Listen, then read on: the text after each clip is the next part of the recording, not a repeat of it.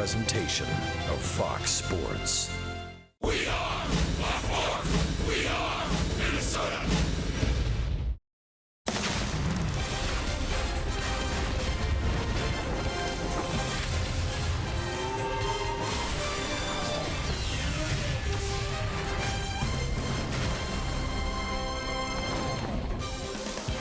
A beautiful day for baseball today and a great test for the Twins as they face Corey Kluber, one of American League's best pitchers over the last 4 seasons. However, the test might be for Kluber to figure out how to beat the Twins away from home.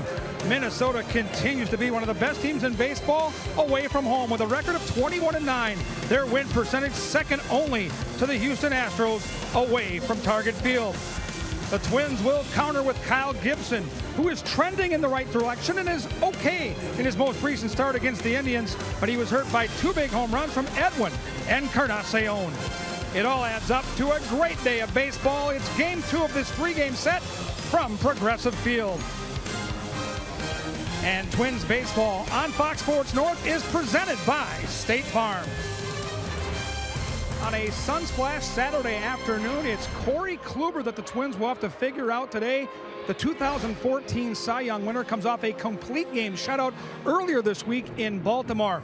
He's also got the shadows with the 4 o'clock local start on his side. So we asked pitching coach Neil Allen and manager Paul Mauder, what makes this guy so difficult to hit against? I have a lot of respect for this guy. I think he has, in addition to some of the best stuff in the game, he just goes about it very professionally. You don't see a lot of emotion or showmanship. He's just very professional and business-like in how he goes about it. When he's on, he's very, very tough. He controls his zone so well with his fastball to set up his off-speed pitches that are just, it's amazing at the way that he attacks the zone with his fastball. He has no fear to throw it because he's got the confidence in it to throw it where he wants to throw it, as I said previously, to set up his off-speed. Well, there is a big puzzle to solve today for the Twins, and they will do it with a very unique lineup, but we've got just the guys to solve that puzzle. Dick Bramer and LaTroy Hawkins with how the Twins can get to Corey Kluber and get a win today.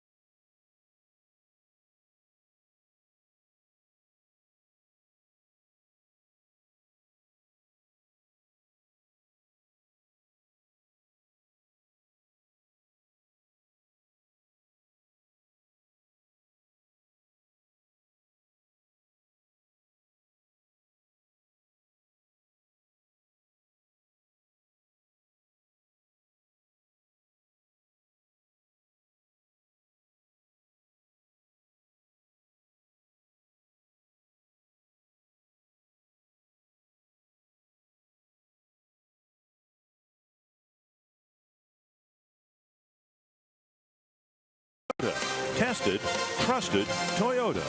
Toyota, let's go places. By CenturyLink, connecting you to the power of the digital world. By Sanford Orthopedics and Sports Medicine, for the everyday competitor in all of us. And by Dodge. Test drive a Dodge Challenger or Charger at the Dodge Drive and Discover sales event going on now. It is a gorgeous day in Cleveland. The Twins and Indians, the top two teams in the American League Central, playing the middle game of the three-game series. The Indians have had the better of the Twins in the season series, winning 8 of the 11 games. The Twins haven't had to face the Cleveland Ace yet this year, and their luck will change this afternoon. And good afternoon from Cleveland. Dick Bramer along with LaTroy Hawkins. The Twins with a chance to win this series early. And yeah, the Twins have had their problems with the Cleveland Indians this year. And now they get a chance to face the Cleveland ace, Corey Kluber, who has been outstanding as of late. Well, Kluber's been outstanding as of late and throughout his career against the Twins. He hadn't faced them since September of last September. 6 wins, a 2.90 ERA against them. 11 starts, 80 innings. He's averaging over 7 innings an outing against the Twins. 198 opponent's batting average. He's been everything as good as advertised against the Minnesota Twins, his in-rival division foe. Twins would have had their hands full with a healthy lineup, but they certainly don't have that. The original lineup had Max Kepler and Eddie Rosario in the lineup. Kepler, as you may remember last night, fouled a ball off his right foot. He can barely run. And then Eddie Rosario came down with a bit of a bug. Same thing Miguel Sano has had, and that's kept him out of the lineup. So that's our Sanford Health injury and illness report, as the Twins hope to somehow find a way to beat Corey Kluber with Chris Jimenez in left field. It should be an interesting afternoon of baseball here in Cleveland.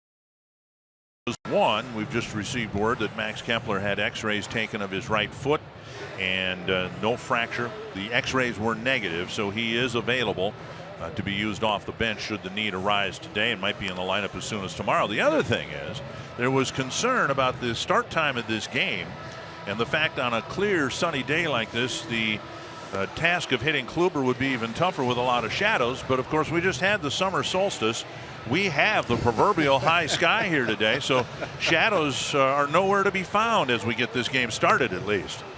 The Menards batting order for the Twins, and it is a makeshift lineup with Brian Dozier in the leadoff spot, Joe Mauer the designated hitter, Robbie Grossman in right field, originally he was in left, Kenny Vargas at first base, Eduardo Escobar at third, Polanco at short, Jimenez is in left field because Eddie Rosario became ill before the game.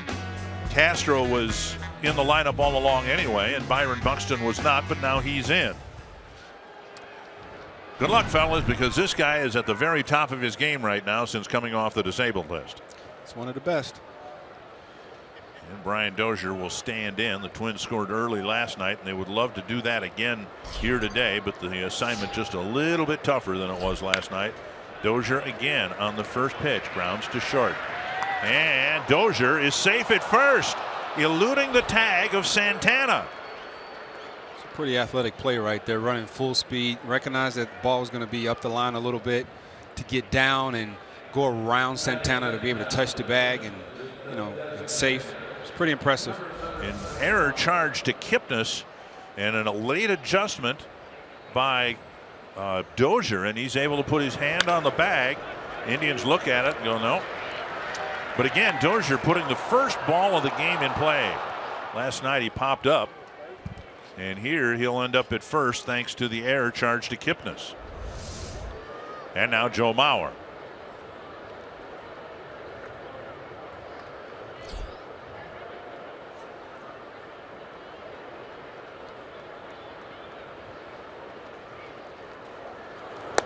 Down and in, ball one. Twins haven't faced the ace Corey Kluber yet this year. Mauer's 14 for 47 against Kluber in his career. A .298 average, but he also has 2 home runs against the Klubot. After that, the pickings are pretty slim. This is true, my friend. This is true. Miguel Sano not in the lineup because he's not feeling well, but he is 1 for 16 with 9 strikeouts against Kluber. Not a lot of good batting orders batting averages against him. Hopefully that can change today, right, Richard? That's the hope. We'll see what happens. 2-0 to Mauer. And a strike called. It is 2-1. Time for today's Cold Hard Facts, brought to you by the Silver Bullet. Clean, crisp Coors Light. And you can see not many have had any success at all against Corey Kluber. And that can be said for hitters throughout the American League. He's maybe the best right-hander in the league. And Mauer takes low, 3-1 with Grossman on deck. What good thing about Kluber is his mechanics are just so sound, and he's able to repeat them time and time again. And there's a slight crossfire with his front foot.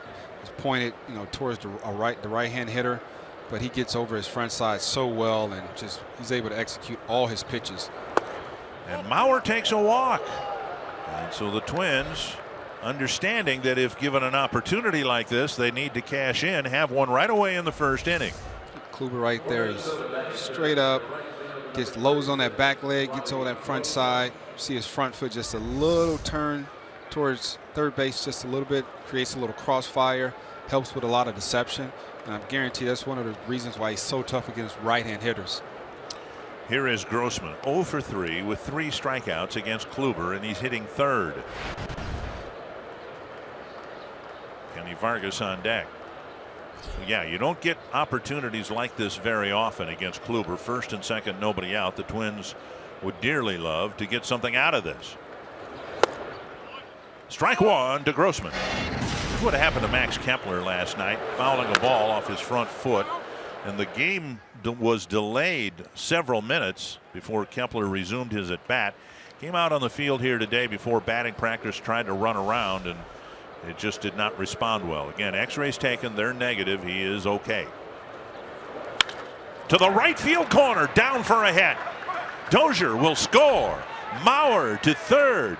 Grossman with an RBI double, and the Twins are off quickly here in Cleveland.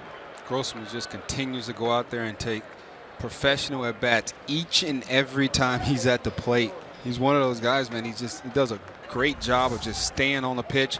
Breaking ball down and in right here. Kluber missed his spot, and he was able to drive it into the right field corner for a double, RBI double. Talked about it last night. The first 2 games of the series last weekend at Target Field kind of set the tone for the whole series. And the Indians jumped on Nick Turley and Adam Wilk early and had big leads in the early innings. And the Twins got 4 runs in the second inning last night and now have an early run here. Infield back for Vargas, second and third, and nobody out.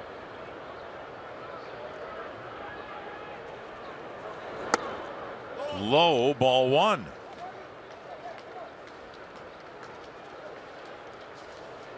You know, you always try to jump on a good pitcher like Kluber early before he gets into a groove, because once he gets into a groove, it's good morning, good afternoon, and good night.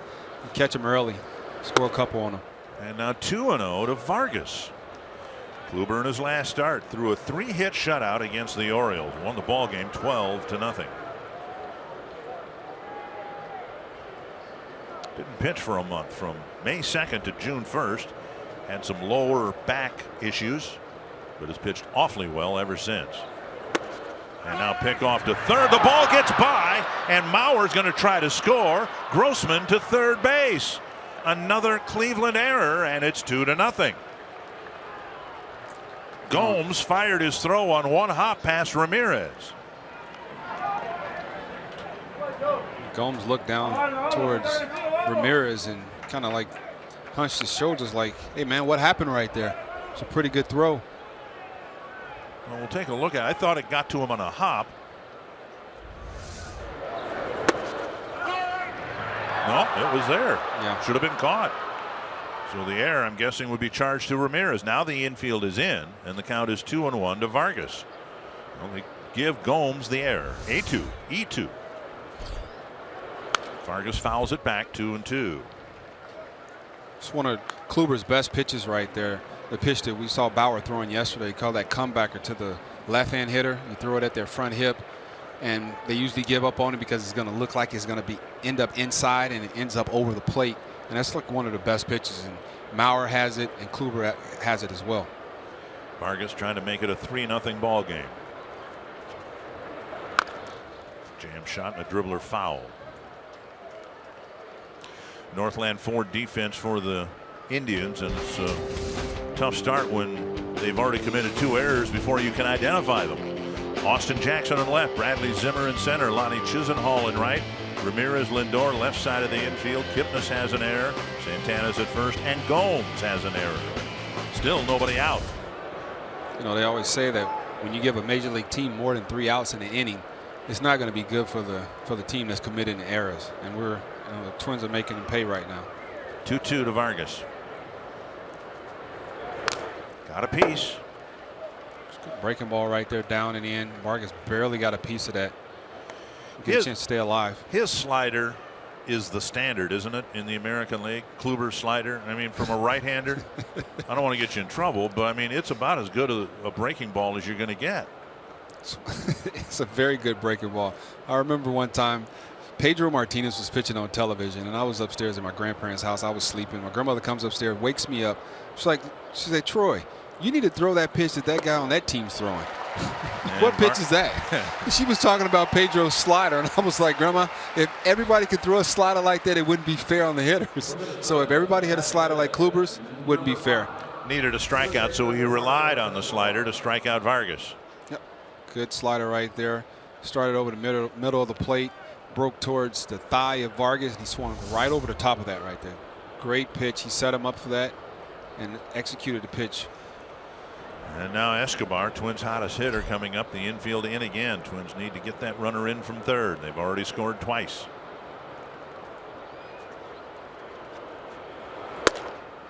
Strike one on the outside corner. 72nd game of the year for the Twins. Escobar's 3 for 24 against Kluber with 5 Ks, hitting at a 125 clip. Infield's in right now. We just need him to, push that ball through the infield to the outfield. Now up 1-1. 17 pitches already for Kluber. 10 strikes. Got a big strikeout of Vargas. Be even bigger if he can get Escobar and leave Grossman at third base. And now 1-2. You can tell what the Indians scouting report is and how they're going to pitch and attack these Twins hitters, and they're going to pound the guys in. They're going to pound them in. They're trying to take away all their power, trying to break some bats, it looks like, especially with that slider that Kluber has and that comebacker. No hitter wants to be up there with 2 strikes with Kluber on the mound and his stuff. Put it in play. Can't afford a strikeout right here. 2-2.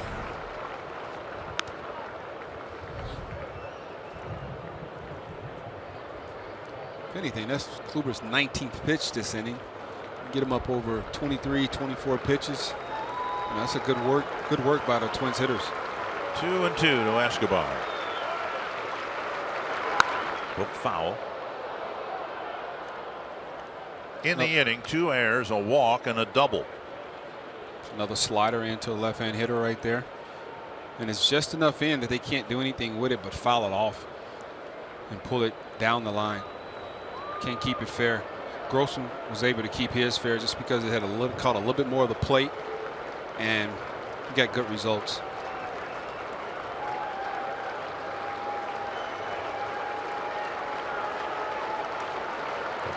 Two and 2 again to Escobar. High fly to short left field. Austin Jackson is there making the catch, and no chance for Grossman to advance. Not a strikeout, but just as effective. A second out, 2 down. And that'll bring up Jorge Polanco. Polanco has 7 major league home runs. He's hit 3 of them against Trevor Bauer, including the home run last night. And that helped the Twins on their way to their 4-run second inning. Mickey Callaway to the mound, and the discussion here might be, look, should we face Polanco or do you want to go after Jimenez? There are 2 bases open, and Jimenez by default hitting 7th in the lineup, and he's the on-deck hitter. Through 10 starts this season for Kluber, he's only given up 1 first inning run until today. He's given up 2. And they both will be unearned runs. And now Polanco will be intentionally walked, and Jimenez, who wasn't supposed to play today, certainly wasn't supposed to be in left field, has a chance to do some first inning damage. I like this. Jimenez caught Kluber last year, right? Right. He's never faced him before. Kluber's never faced him. I like this matchup. And we all know what Chris can do with a fastball if you get it up. He has no problem turning on a fastball. Well, it's almost like a National League move with the number 8 hitter being walked to get to the pitcher. I mean, that's kind of what they've done here, and we'll see if Jimenez can respond as he hopes to.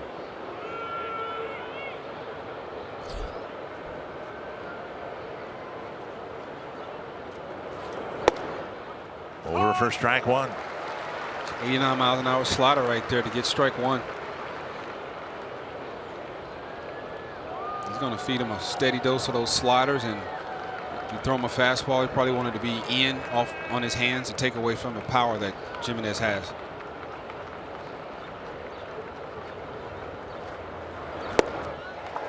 Out in front of the breaking ball, and it's 0-2. And that right there was another slider, but it was 5 miles an hour slower than the first slider. So he just showed him 2 different sliders. Now he's 0-2. I mean, there's a couple different ways he can attack Jimenez here. Throw him another 89 miles an hour slider cutter, or the slow slurve, or he can rush him in with a fastball right here. Elevated. In the dirt, and Polanco goes to second. So now just a little flare into right field might double the lead.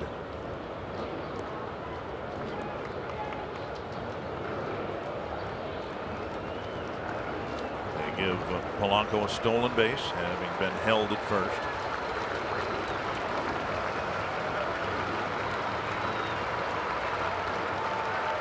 One and 2 to left fielder Chris Jimenez.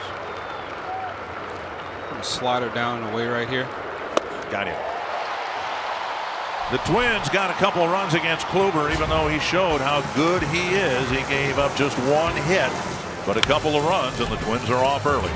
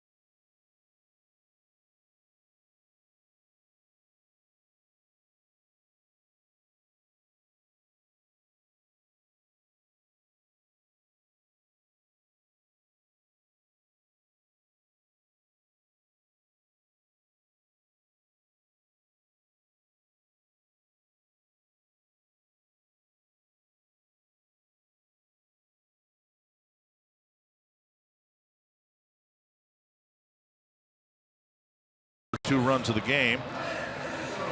And Terry Francona saw his team have a 7-1 road trip. 4 games Minnesota, 4 games in Baltimore, and they averaged over 7.5 runs scored per game. And he'll send out this Menards batting order: Francisco Lindor, Jason Kipnis, Jose Ramirez, Edwin Encarnacion, Lonnie Chisenhall, Carlos Santana, Yan Gomes, Bradley Zimmer, and Austin Jackson.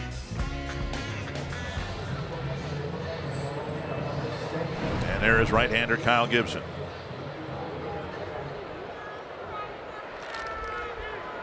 Gibson's not fared too well against the Indians or at all this year, but the last few starts have been encouraging. Here's Lindor. 9 for 16 in his matchups with Gibson, and Gibson needs to do a better job, and he has done recently, of throwing first pitch strikes. 1-0. Whatever it is he did his last outing against the Indians, we can get some more of that. 1-1. Indians were averaging over 7.5 runs per game until Mejia and the bullpen shut them out completely last night. 1-1 to Lindor. Right back to Gibson. One hopper for the first out. Northland Ford defense for the Twins. And yes, it's June 24th, not March 24th. Chris Jimenez is in left. Byron Buxton's in center. Robbie Grossman in right. Escobar at third. Polanco, Dozier up the middle. Vargas at first. Castro behind the plate. He's been out there before, and we've seen him in the infield. We've certainly seen him on the mound, but he's becoming, out of necessity, kind of a super utility player. It's always a good thing when you can play multiple positions, even pitch as a position player. Dribble up the line, foul. Vargas standing on the bag, strike one. That right there looked like the high changeup, but guess what? Strike one, good old strike one. And Gibby got the leading lady in that inning, which was in Lindor. Changeup, yep, a little high in the zone. Was starting to get down, 88 miles an hour. Kipnis saw it, looked like a fastball, got out front of it, just got enough of it to put it in play, foul. And now 2 strikes.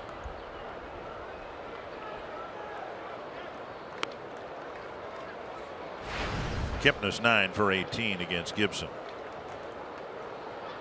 There's 232 on the year. He's had some shoulder issues this year. Hasn't been completely healthy all year long.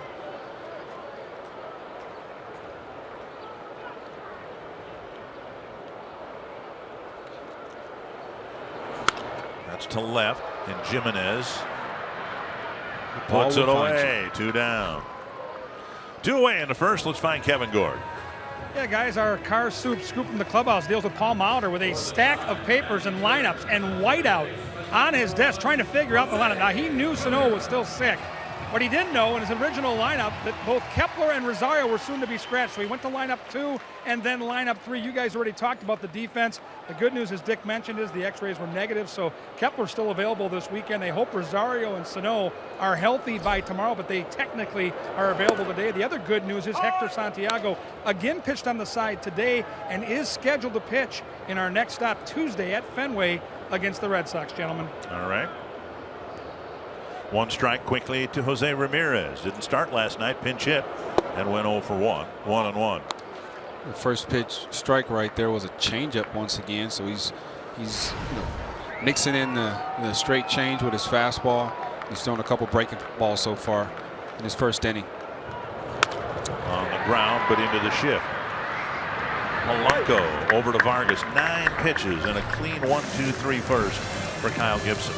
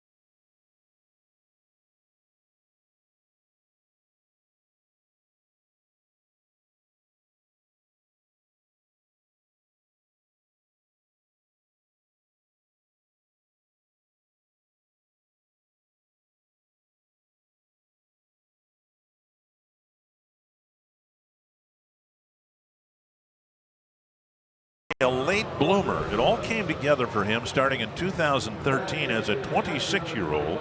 He had been in professional baseball for 7 years, and there was nothing in the major league numbers that he had put up or the minor league numbers that he had put up that would suggest he would be as dominant as he's been. He just figured some things out and is as good as it gets right now from the right side. Well, once he figured out his mechanics and his arm angle and what pitches he wanted to use, his slider, his fastball, whether you want to throw a 2-seam fastball consistently or mix in a 4-seam. Once all the ingredients came together, and that's what we have now in Corey Kluber, the Klubot. He created himself, which was pretty good. And nicknamed Klubot because he is robotic out there. A couple errors behind him, couple of unearned runs. You wouldn't know it by his expression. Castro dribbles it foul. You couldn't tell whether he's behind 2-0 in the first inning and has had to throw a high number of pitches, or whether it's the bottom or top of the 8th inning and he's got a perfect game going. The pitchers in the major leagues that have a lot of success, they're definitely not the guys when they get traffic on bases and they get so excited. They let the situation control them. The guys who control the situation, they're uncomfortable in uncomfortable situations. Guys like this, they're going to be successful because their heart rate doesn't get erratic. It stays the same. They don't try harder. They relax more in situations like that. Well, just look at the first inning. It was an awful inning for the Indians. They had 2 runs on the board, but with a runner at third, nobody out, Kluber was able to bear down, strike out Vargas, get Escobar to pop the ball up, pitch around Polanco, and get Jimenez. And now he strikes out Castro, 1 down. And before Byron Buxton's at bat, let's go to Kevin Gorg with our showstopper. Yeah, the showstopper, guys, is for everybody that likes Dramatic baseball finishes. We had 3 of them last night. 3 walk-off winners, starting with the Yankees over Texas. That was a 10-inning special. Then how about the Royals? Down 4-1 in the 9th. Whit Merrifield, 2-run double, a 4-run rally for a 5-4 win. And Bryce Harper, after trailing 4-0, the Nationals come back to beat the Reds 6-5. The Nats now 44-29. 3 walk-off specials last night for our showstopper in baseball. Thank you, Kevin. Swinging strike on the first pitch to Buxton. I watched the end of that Royals game, and the Royals are really putting some things together now, playing with a great deal of confidence. Pop foul, 2 strikes. And a win like that, when you're pretty much, well, you are down to your last out, and then you muster a way to put some guys on base and get a couple of big 2-out hits and pull out a win at home. Can definitely get you some momentum going in the right direction and put you on a nice little winning streak. 2 strikes to Buxton. And a called 3rd strike with a fastball. Since Grossman's double, Kluber has struck out 4 of the next 6 men, intentionally walking 1 of them. Fox Tracks presented by Dodge, and Kluber with a 94-mile-per-hour heater in off the plate. But you could see Gomes kind of steal the pitch for him. Here's Dozier. He started Buxton off with 2 breaking balls right there, and I'm sure Buxton was thinking about another breaking ball, and he rushed him in with a fastball for strike 3, locked him up right there. Dozier had a curious night at the plate last night. He was retired on a first pitch pop-up and then got 3 hits, all of them to the right side of second base. And yet the Indians have him in an infield pull shift with Kipnis. Swung over, that pitch up, and it's 1-1. I'm sure they don't feel like he can consistently do that. Until he showed that he can do that on a consistent basis, then they're going to play him like this.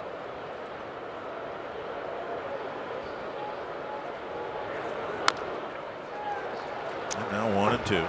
Kluber has that slider on automatic right now. He's throwing a lot of them to our right-hand hitters, and getting a lot of not so good swings right now. See if he takes the same approach he had with Buxton right here. Threw him a couple sliders, got ahead of him, and rushed him in with a fastball. I don't know if he's going to rush Dozier in with a fastball. He's ready. Breaking ball fouled away. Yeah, you've got to be careful throwing Dozier fastballs up and in after the 42 home run season last year.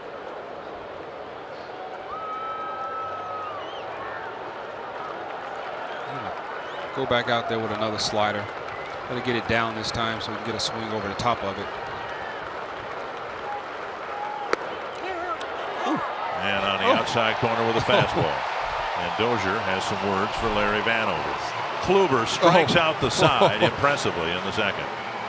Yeah, that ball is just a little outside right there, but came back and Gomes stole the pitch right there, and Larry Vanover, gave him the pitch.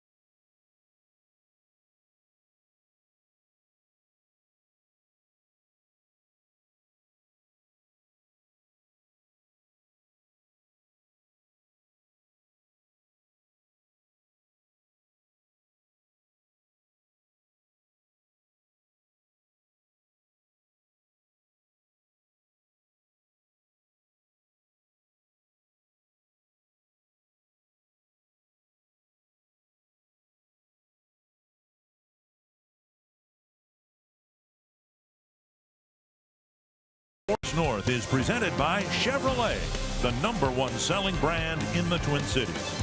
And by State Farm. Combine auto and renters and see how much money you can save. 2-0 start for the Twins. Kyle Gibson couldn't have had a better first inning, and now he'll face Encarnacion, Chisenhall, and Santana, delivering ball 1. You know, Dozier was saying to the umpire at the end of that inning right there, if you're going to get Kluber there, you have to give Gibby some of those pitches as well. And now missing again, 2-0. Encarnacion 5 for 14 with 3 home runs against Kyle Gibson. 357 clip.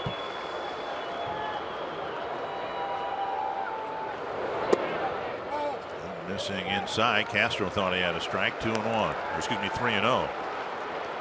Castro has some words with Vanover over his left shoulder. And he was saying, if you're going to get Kluber that pitch, you're going to have to give my guy that pitch. Down the middle, 3-1.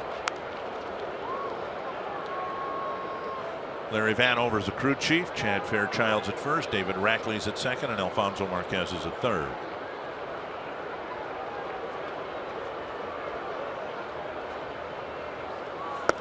And a walk to Encarnacion. They appeal, but no swing. And the leadoff man's on in the second.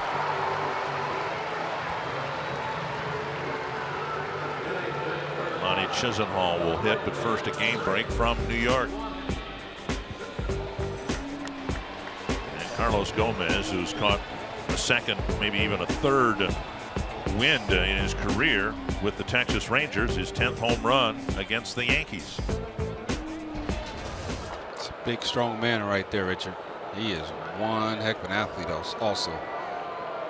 Rangers trying to get back to the 500 mark today. Here's Chisenhall, dug out of the dirt by Castro. And Gibson's thrown 6 pitches, just 1 strike here. And now Escobar coming in from third base. Gibson got 2 ground ball outs and a fly ball out in a very quick first inning. And Gibson's game, of course, is being able to get ground balls and double play grounders. He's got 8 already this year. Chopped foul, 1-1. Get back in the count right there, 1-1. Chisenhall's been, you know, not bad against Gibby. 7 for 23 at a 304 clip. 1-1 from Gibson to Chisenhall. Love to see a 4-6-3 double play right here. I'll take a 3-6-3. Gibson gets ahead now with another foul ball. Gibson kind of a tough draw on this road trip. Nothing you can do about it, of course, but his mound opponent today, Corey Kluber. His mound opponent in Boston Thursday, David Price. That's all right. After you beat Kluber today and beat David Price next week, we'll call him the Giant Killer. Up high now, 2-2 with 2 strikes. The Twins. The Dragon Slayer. Exactly. Twins really get into an exaggerated pull shift. 3 infielders on the right side, and Escobar playing about where he would if he were a shortstop. 2-2 to Chisenhall.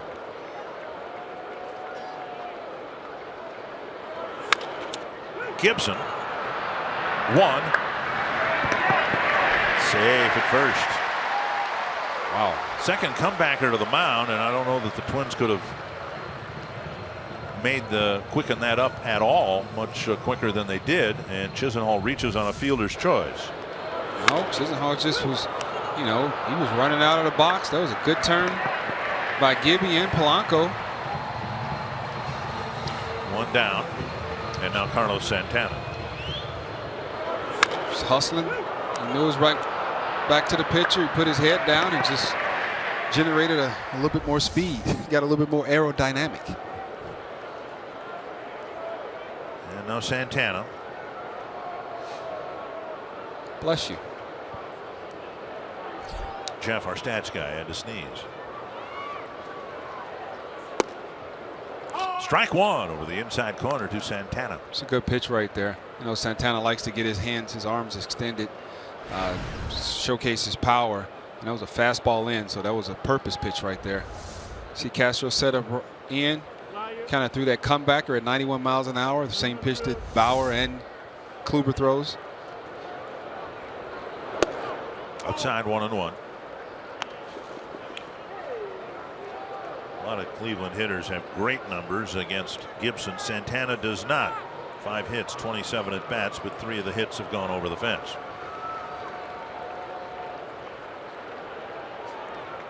See if we can get us a double play right here. Good changeup. Down and away. Gibson quick to the plate, and he keeps runners honest with his pickoff move. 1 successful steal in 3 tries. If he ran like to second base like he was running to first to avoid the double play, he might have a few more. Big swing and a miss, and it's 1-2. It's a good changeup right there. Gibby's doing a good job changing speed so far in his first couple innings.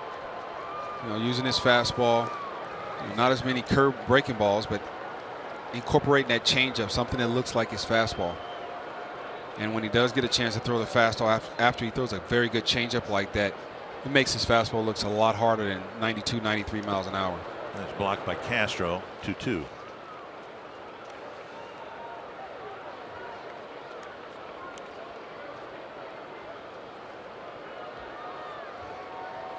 Richard, you're just the whole pregame. You're talking about what a wonderful day it is outside. This is a beautiful day. Gorgeous.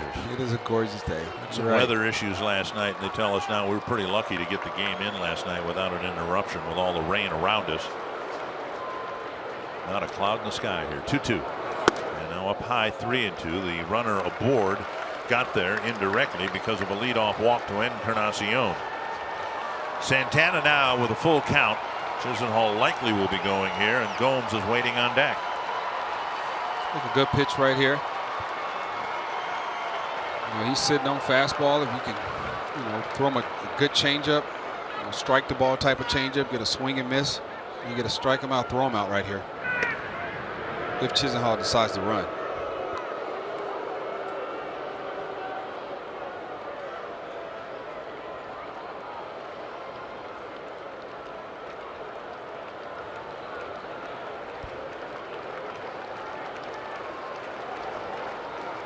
Now the 3-2. Big pitch right here.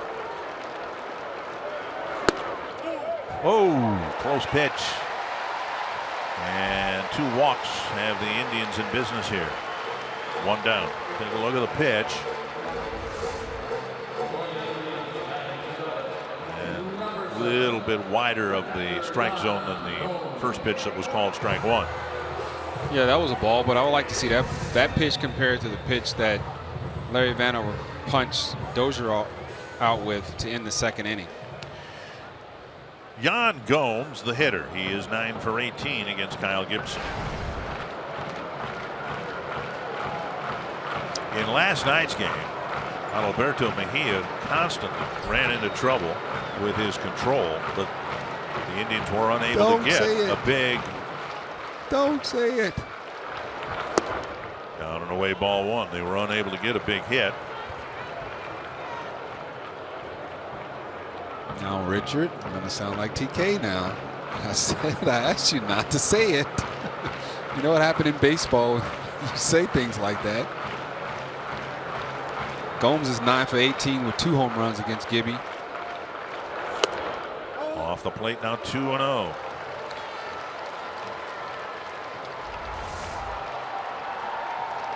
So Dozier's fastball for strike 3 on the left to Kluber. And Santana right there. So, I mean, looked like the same pitch. Just one was a right-hand hitter, and one was a left-hand hitter. And maybe because one is a Cy Young, and our guy Gibby's not a Cy Young. There's a strike buried on the outside corner. 2-1.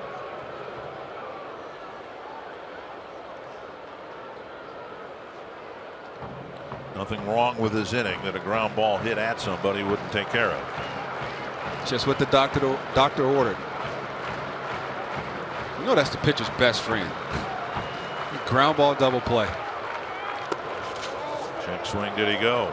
Nope. And it's 3-1 with Bradley Zimmer on deck. That's the guy right here you got to go at. You got to attack Gomes and get him to put the ball in play, and hopefully you can make an out or. But you have to go after him. It'd be nice to get him to, you know, ground into a double play so you can face Zimmer to lead off the 3rd inning. then you'd just be facing 8-9-1. Gibson's already thrown 20 pitches this inning. And a big pitch here, 3-1.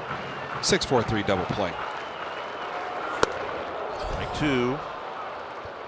He'd be humped up right there. That was 95. So 95. They Shores with the flames next to it. That was heat. High fastball right here. Gomes in a hitter's count. 3-1. He went for it on that pitch right there.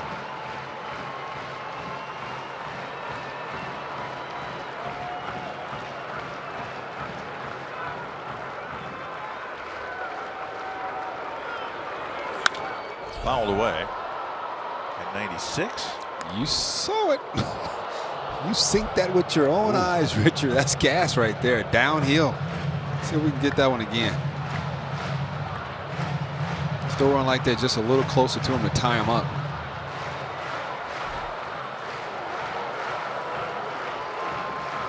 In situations last night, Castro was able to call breaking balls or something off speed with Mejia pitching. You can throw him a good slider right here and get a strikeout. Fastball inside. Gomes was ready for it. He was. Now when you pitch and you're scratching your head, like just threw my fastball outside at 96 miles an hour. And he fouled off, to the right side of the field, and I go in and he turns on it. Look, scratching your head like, what's going on right here? Each starting pitcher has had some moments of truth already today. For Kluber, it came in the first inning, and now Gibson facing one here in the second. Big pitch coming right here. Slider down and away. Bouncer to short. That's tailor-made. There's one. And there's two. Gibson gets out of it with a ground ball double play. And the Twins hang on to the 2-0 lead. That's what the doctor ordered right there. 6-4-3 double play to end the threat.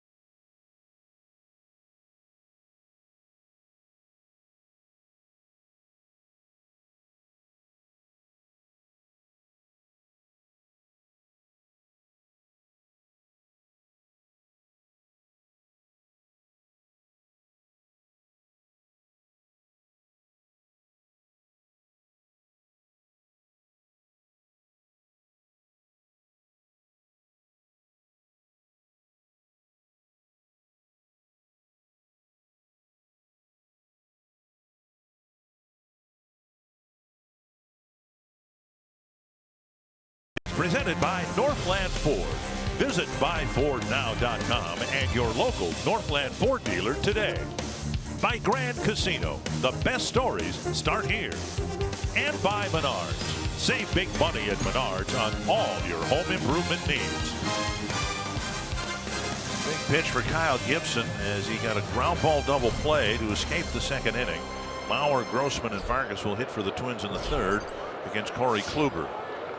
Mauer takes strike one on the outside corner. Now, not to the degree that we've seen it with the Twins, but the Indians got a little bit of the same quirkiness that the Twins do, where they played much better on the road than they have at home. Can't figure that out. I mean, nobody knows why. Lines it to left. That's down for a hit, and Jackson's lucky that ball didn't skip by him. Mauer with a couple of good at bats, a walk and a run scored in the first, and now a leadoff single in the third. Join us Saturday, August 5th for the Women's Baseball Experience. Twins clinicians and members of the coaching staff will be providing instruction at Target Field. Participants will get the full experience of what it's like being a Major League Baseball player. To learn more and register today, visit twinsbaseball.com/women's clinic. For those of you who watched either in person or on TV any of the 4-game series last weekend at Target Field between these two teams, Grossman in the box, RBI double his first time up, and he takes ball 1. It seemed like every time the Indians were in a key at bat, they got a big hit. And now so far in this series here in Cleveland, it's been just the opposite. Mejia was able to sidestep his way out of trouble through his 5 innings last night, and now Gibson does it again in the second. This one hit to left center field, and Jackson streaks in to make the catch. 1 away. And that'll bring up Vargas. Kenny Vargas coming to the plate, and Jason Vargas with 7 innings today, just allowing a couple of runs. And we've talked about Irvin Santana maybe starting the All-Star game for the Twins in Kansas City. I think Jason Vargas has a real chance. Very good ERA. And we expect that Vargas and Santana will face each other Friday night at Kauffman Stadium. Here's Kenny Vargas switching Vargases. Outside, ball 1. See if this Vargas can have a better bat than he did last time. He saw what Kluber was trying to do with him. You know, those sliders in on his hands and fastballs in. That was a way right there, but he's going to try to attack him and get him out in. It's a big strikeout because the Twins had Grossman at third, nobody out, and he was left there. Swing and a dribbler foul. It looked like a changeup right there to get Vargas out front. So Kluber has all the pitches. I mean, he has command of all of them. You know, and I always think about, you know, last year watching 7 games of the World Series. I can't remember the last time I ever watched all 7 games. But I was excited to watch Kluber pitch because I knew if it came down to it, I had a chance to see him 3 times in one 7-game series. That's a rarity now, but Twins fans will remember that in 1987, Frank Viola pitched games 1, 4, and 7. And in 1991, Jack Morris pitched games 1, 4, and 7. You just don't see that as much anymore. No, you don't. So when you see a guy that's able to go out there and do it, and Frank Conner, didn't have to ask him did he want to pitch. I'm sure he was not knocking down his office door. It was like, I want game 7. It didn't go the way he planned, but with a guy like that, he can be my teammate any day of the week. Just missed the corner. Now 2-2. The Indians had some problems in their starting rotation for most of the first half of the year this year, and some people were surprised. And I don't think they should have been, because the Indians almost won the World Series. Sure, they had Kluber, but they were patching their rotation together throughout the playoffs and into the World Series last year. This was an issue for them in October. Vargas takes low, and it's 3-2. Yeah, they had a couple unfortunate injuries, late in September. Salazar with the broken hand, or it was Carrasco with the broken hand, which had a broken hand, and it was just a disastrous for him. So for them to do what they did to advance to the World Series, and just impressive. It was impressive. 3-2 to Kenny Vargas. And a called third strike again from Larry Vanover. Vargas was on his way to first, but he's rung up instead. Called third strike, and we're still in the top of the 3rd inning. That right there was a backdoor cutter. See, slider. That's bad. Yeah, that was 6 inches outside. You're right, that was. But the last time up, Kenny Vargas, Kluber pounded him in with his fastball and his slider, and this time everything was away.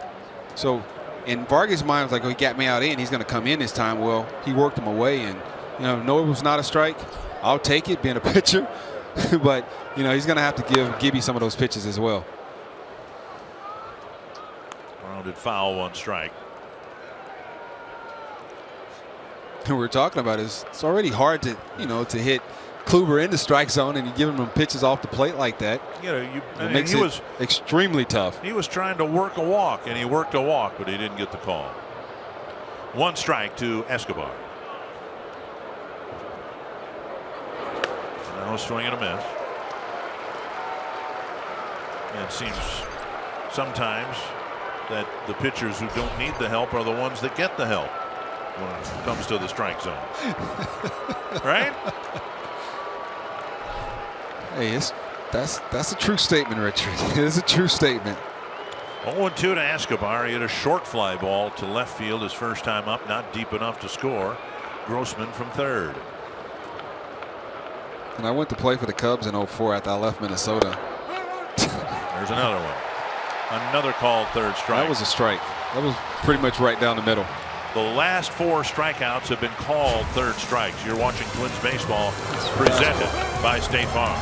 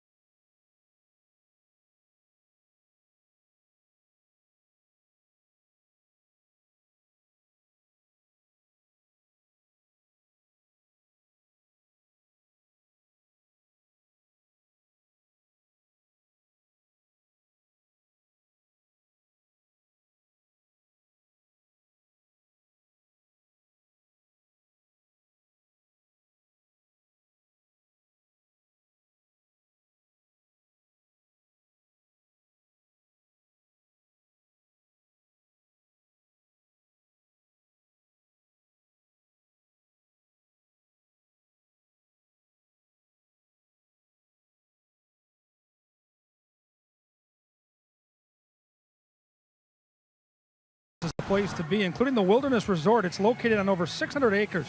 Wilderness Hotel and Golf Resort features plenty. There are a variety of lodging options. There are 4 outdoor and 4 indoor water parks for all ages. You can even tan year-round thanks to the see-through roof at the Wild Water Dome.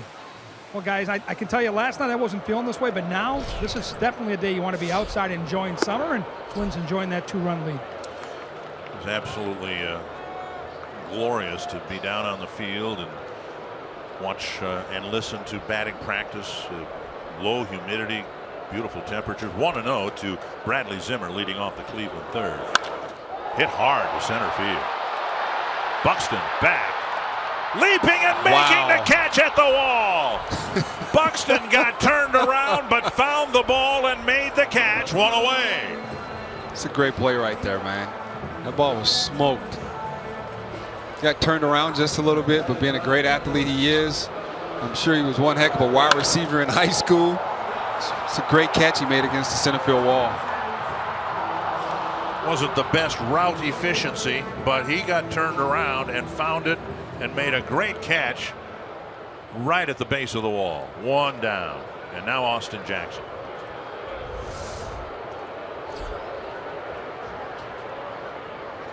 While I was downstairs for batting practice, got a chance to catch up with Greg Swindell, who's a buddy of yours and was a teammate of yours. Greg pitched well for the Twins.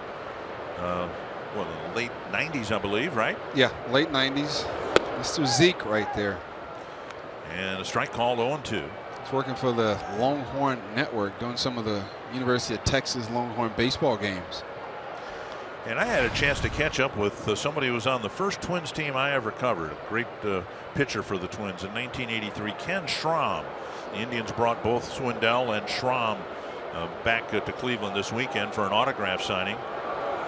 Up and away. Schramm won 15 ball games for the Twins in 1983 and was with them for 84 and 85. How many of your Twitter followers knew who that was? Because you didn't give him a good pick. No, you gave him the backside. I put the picture out on Twitter and I said, can you name the 3 former Twins pitchers in this picture? And you were one, and Swindell was the other, and Schramm was the other one. Not only did I shoot him from the back, but he had a baseball cap on. There was no way that anyone would be able to tell it was Ken Schramm, but it was great to catch up with him. He's the president of the Corpus Christi team in the Texas League. Now outside 3-2 to Austin Jackson. Francisco Lindor on deck. Gibson walked a couple in the first inning. Got a big ground ball double play. You don't want to walk Austin Jackson anyway because he still runs well. And a base hit, the first single for the Indians. And the 8 and 9 hitters have each hit the ball hard here against Gibson. Last time the Indians hosted the Twins, it was Mother's Day, and Buxton made that catch, which I thought was one of the best catches I'd seen to that point, because he knew he was going to get smoked by the wall. Now, what about this catch? Which would you rank as a better catch, LaTroy Hawkins?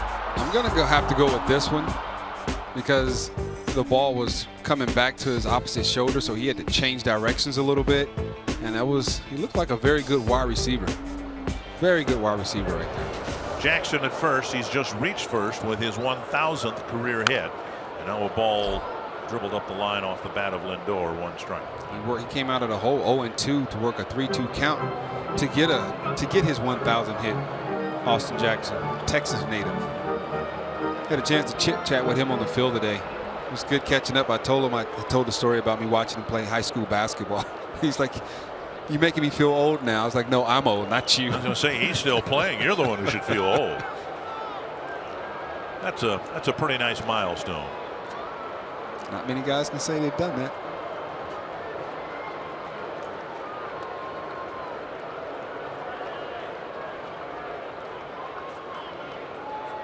Lindor hit a comebacker to the mound his first time up. Outside, 1-1.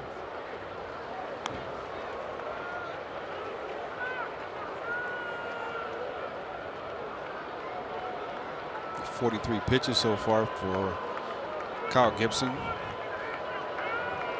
He's facing one. Get him a ground ball double play. You don't have to worry about facing any of the other guys this inning. Get a clean inning next inning. No swing, and it's 2-1 to Lindor. Lindor so far this year hitting much better right-handed than left-handed, and they say that one of the reasons his average is sitting in the 250s is he's become much more pull conscious than he was last year.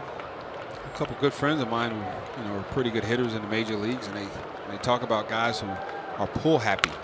Back to Gibson, and this time he will start a double play. Second time that he's gotten out of the inning with a double play, and he pitches a clean 3rd inning facing just 3 men. It's a great pitch right there. Got him, ground the ball back to him. He didn't waste any time getting that ball to Polanco, and a great turn. Wasn't even close.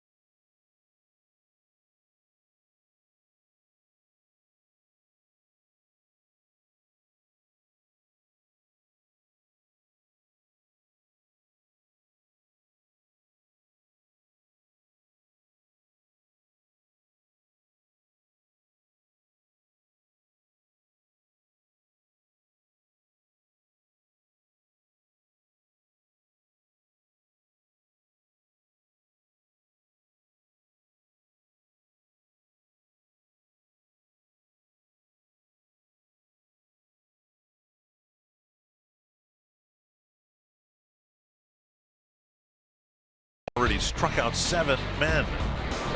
You know, we're talking about Kluber getting pitches that are off the plate and how some pitchers get them and some don't. When I played with Greg Maddux in '04 with Chicago, and I asked him about his days in Atlanta and how they got all those pitches off the plate, and he looked at me with a straight face and said, "Don't be mad at me because I can hit that spot 9 out of 10 times and you can't." Right. And I looked at him and said, "Still not a strike." That goes back to the days of Eric Gregg, who had maybe the biggest strike zone ever in his umpiring career. Here is Polanco leading off the 4th inning. You saw why, you know, Kluber's so tough, and you don't mind so much the swinging strikeouts over the breaking ball. He's got a great breaking ball, but when he starts getting the fastballs called 6 inches off the plate, pulled foul off the screen in front of the Twins dugout. Another one of those good sliders in on the lefty, and he put it in a spot right there where all you can do is foul that ball, you know, down the line. You can't keep that ball fair because it's so close to your body. You don't care whether it was hit hard or not because there's no way it can be a fair ball, right? Not at all. 0-2 to Polanco. The last 4 strikeouts have come on called 3rd strikes. Talking about getting him before, you know, a guy this good, you have to get him early before he gets in a groove. And I think Kluber's gotten in a groove.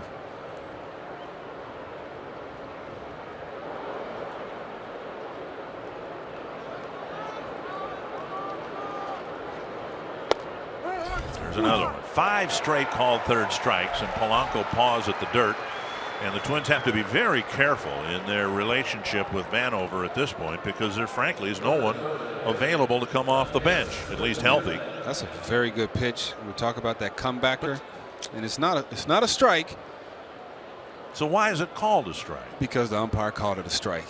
So what we have to do, you have to try to foul that ball off to live to see another day. I mean, I'm not saying it's that easy because I know it's not that easy, but we know what they're giving. The Landover's giving him. We have to, you know, make an adjustment. Another breaking ball to Jimenez. Kluber struck him out with a steady diet of breaking balls, leaving 2 men aboard in the 1st inning. But Kluber set that up with that slider in, and Polanco pulled it foul hard. And instead of going back in there with another breaking ball, he threw that front hip, you know, fastball 2-seamer. 1-1 to Jimenez. Look at his face. He's all business. Bouncer to short. Lindor gobbles it up. 2 down. And that'll bring up Castro. He breaks the streak of strikeouts. If you just joined us, the Twins were hopeful, but right away this morning realized that Miguel Sano wasn't able to start in the ball game. And then they found out Kepler couldn't run on his right foot. X-rays were taken, no break, and he is available as a pinch hitter, but certainly not a pinch runner. And then Rosario came up with a bit of a bug, and he was scratched. So the Twins don't have a bench to speak of. I was kidding with Irvin Santana before the game about, with all the lineup changes, maybe he'd be the designated hitter, and his eyes lit up. Santana's got a 3-run double this year, but I don't think that he'll be reaching that deep into the cookie jar. Swing and a miss, 1-1. And I asked Paul Molitor this several weeks ago. He would consider pinch running a pitcher, a starting pitcher, if need be. Playing with the lead, I don't think he would ever do that. So the hope for the Twins is. And now Castro looks back at Vanover after a called 2nd strike. You know, a lot of times I don't think that even comes to play as much in American League as it does the National League. Because in the National League, the pitchers, starting pitchers, they're used to running the bases, you know, a little bit, swinging about a little bit. I think you set yourself up for a lot of different things injury-wise when you have the American League guys getting on the bases. And it doesn't have anything to do with, oh, you guys are athletes. No, you're doing something that you don't normally do, and that's run the bases. 2-2 from Kluber to Castro. And sliding and all that stuff. And Kluber says, hey, why not if I'm getting the outside corner, inside corner? Let's see exactly where that corner is. He's missed twice in a row, and it's 3-2 to Castro with Buxton on deck.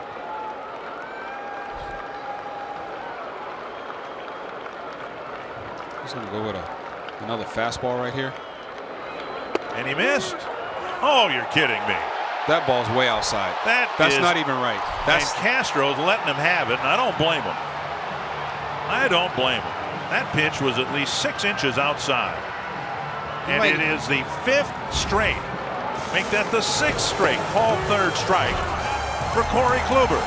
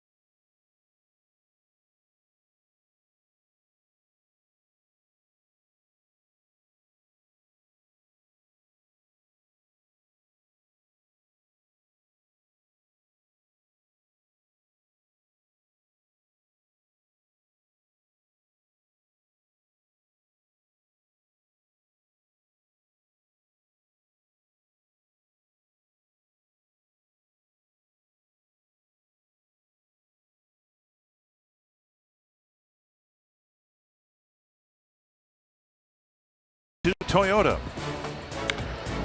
Good pitch right there. First pitch of the game. Dozier swings. Was able to get a throwing arrow from Grossman. Caught him a curveball down and in for RBI double scoring Dozier. Pickoff play right here. Gomes made a good throw. Ball goes in left field for a run. Gibby, a pair of double plays that return to help his cause. 3 innings, 1 hit, no earned runs. Up to Kipnis, ball 1. A week ago today, the Twins were hosting the Indians at Target Field. Marvin Hudson had a terrible day at the plate, behind the plate. And I thought that was the worst umpiring I had seen in terms of balls and strikes. And Castro's still steamed. He's still talking to Vanover. He's upset. I don't blame him. He thought that was a strike, and you see double pumped on throwing the ball. There are no options unless the Twins, run a limping Max Kepler out to left field and bring Jimenez in to catch. Eddie Rosario can pitch, can play. Eddie can go out there and play. 3-0. Here's the pitch that rung up Castro. Now that is 8 inches at least outside. He has no chance of hitting that ball right there. And a strike. And again, it's the 6th straight strikeout. That was a called third strike, and as our replay shows, none of them were strikes. I'm going to bail Larry out right here. Maybe the shadow's getting to him. Well, that's their strike 2. And if that pitch hadn't been called a strike right there, were you going to get tossed? I might have gotten tossed. I remember in AAA, Salt Lake City, our owner of the team was Joe Boozer. We're in a playoff game, and he comes down from the booth to the dugout, screams at the umpire. The first time our owner got thrown out of the game, he wasn't even in the game. Joe Boozer. And Gibson prevails, coming back from 3-0 to strike out Kipnis 1 away. It was just a couple weeks ago. Jimmy Pearsall passed away, and my only exposure to Jimmy Pearsall was when he was broadcasting games with Harry Carey for the White Sox, and it was an absolute blast listening to the radio broadcast with maybe the two of the greatest characters the game's ever seen. Were they sober? But Jimmy Pearsall once at Old Comiskey Park was broadcasting on a radio, and I won't give you the umpire's name because I think he called some of your games, but he had enough. He took his headset off and yelled from the booth at the umpire, telling him what he thought of his job. But it got out over the radio broadcast. It was something to hear. Can you please repeat that? I mean, what he said? No, not no, for... I can't. I don't think Jimmy broadcast much after that. 2-1. I'd like to keep going for a while. All right, good job. Good job. Ramirez now with a 2-1 count. As we show you the technology that defines the strike zone, and we're willing to allow for the fact that umpires are human, but when a team gets 7 straight punch-outs on called third strikes, and the strikes are wider off the plate the 7th time than they were the first time, that's not right. You know, he has on sunglasses. Tap foul. So you've given him the excuse of shadows, of which there hardly are any, and sunglasses. Trying to help him out up here. It's obvious that he's struggling, but you know what? I didn't mind when an umpire, you know, called the game like this. My issue was when he wasn't consistent. Well, and that's, I think, what really got Castro. And that's the issue right here. He's not consistent, you know, calling it for both sides. Hit hard to right. Grossman back, and it's gone. A 2-1 ball game. Ramirez with a home run.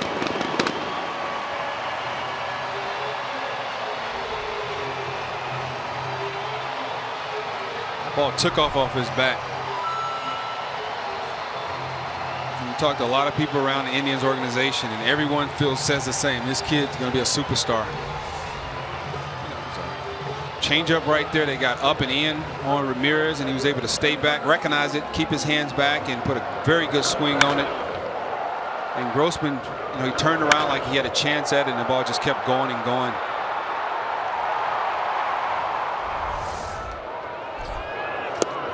Ball 1 now to Edwin Encarnacion. Drew a leadoff walk in the 2nd.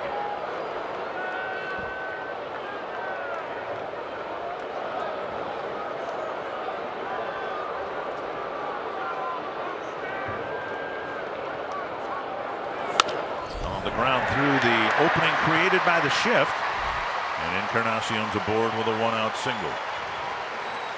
And that'll bring up Chisenhall.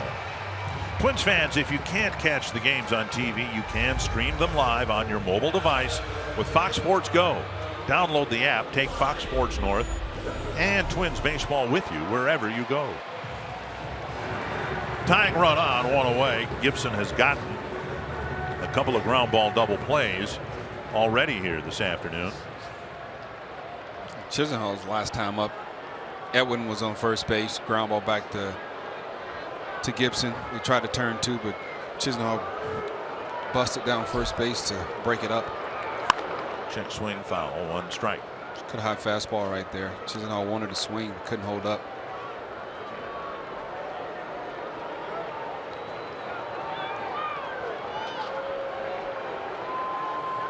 Chisenhall's bounced into 5 double plays.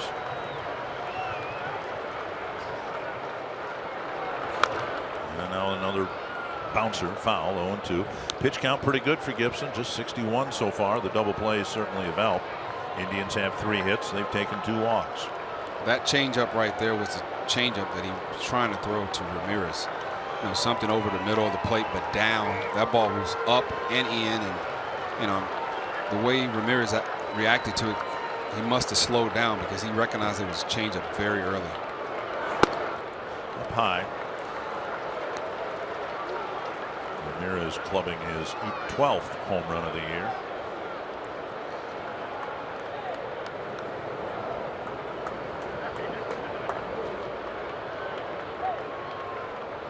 It's a 4-6-3 double play right here.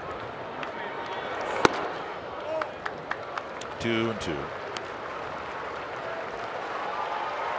For Ramirez, he's hit his 12th home run. That's a career high for him. Career high, and it's not even an all-star break. I think he got a few more in him the rest of the season, right? 2-2. Fouled away. Another good changeup right there from Gibby. Regarding the start time, There was concern about shadows, as you see. The only shadow that's really in play now is the one from the light standard that's fallen over the home plate area. 2-2 to Chisenhall. That's past a diving Polanco into left. Oh, man. A line drive base hit. And the tying runs at second with one away. Say baseball is a game of inches. And he just missed that ball right there, the line drive to Polanco. He pitched him in right there. He kept pounding him in, and he went away, and Chisenhall was ready. Able to put a very good swing on it. Wow, that ball maybe looked like it was knuckling a little bit because it looked like that Polanco was right on it. Chisenhall left home plate like he thought that ball was going to be caught, and it wasn't. And now Santana will bat with runners at first and second. Line drive. Wow, it looked like the ball was past him when he got ready to, started to initiate his attempt to it. Ball one. 3 straight hits now for the Indians. The home run, the 2 singles.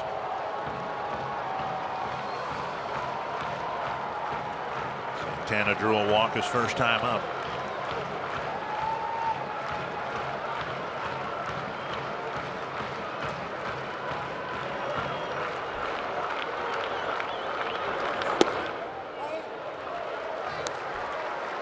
Two and 0.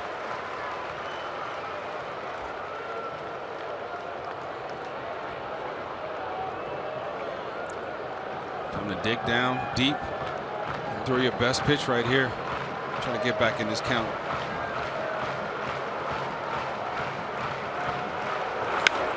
To right field.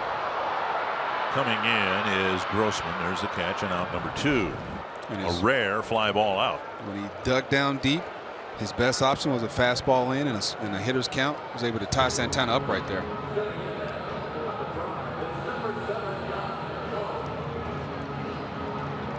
So far in this series, the Indians are 0 for 10 with runners in scoring position. Gibson now trying to make it 0 for 11 facing Gomes. Doesn't need a double play grounder this time. He just needs to get a guy who's been hitting .500 against him.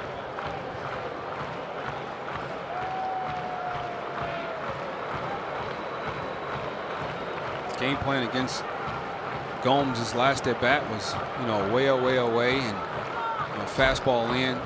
That was the pitch that he was able to get him to ground into a 6-4-3 double play. And Gibson falls behind again, 0-1, or 1-0, I should say. Falling behind. We talked about this yesterday. You talked about how important the first pitch strike is, and it's important, but I definitely like to see that second pitch. If you miss with the first pitch, I want you to get back to 1-1. 6 for 6 in first pitch strikes. 6 for 16, I mean. 2-0. And then that second pitch, you saw the percentage. What is it now? 4 for 7.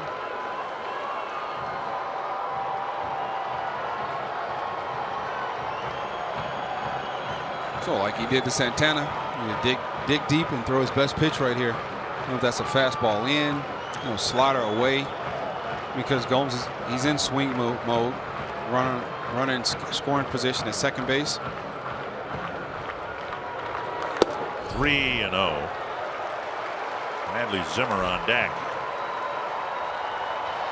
And suddenly the pitch count isn't so good for Gibson. He's over 70. And this is the guy you want to get. You get a righty on righty matchup. Zimmer's on deck and he's a lefty. Normally usually that's not a good matchup. So this is the guy you want to go after. And you would like to start the inning off facing, the number 8 hitter.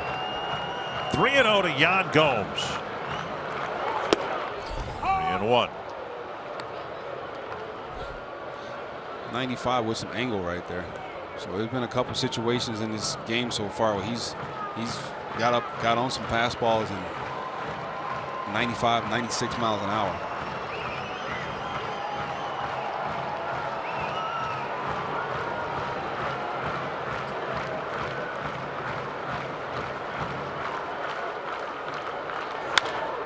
High pop up right side. Vargas, Dozier, and Vargas makes the catch after bumping with Dozier. Like how Dozier gets up and walk off the field and don't help Vargas up. There's the third out.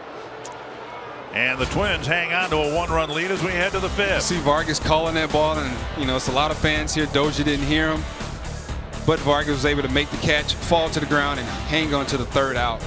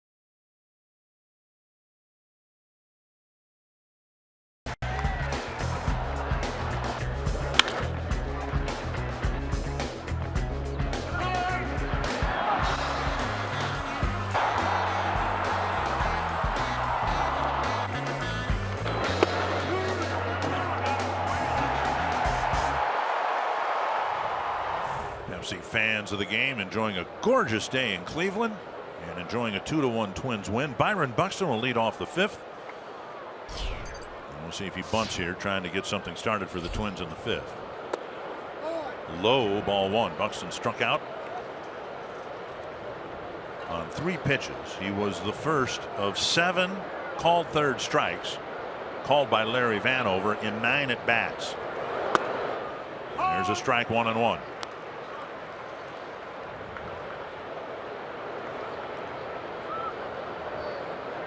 Excuse me, 6 straight called third strikes in 9 at bats. Swing and a miss, and it's 1-2. That slider right there is just so tight, man. It looks like a fastball until the very end.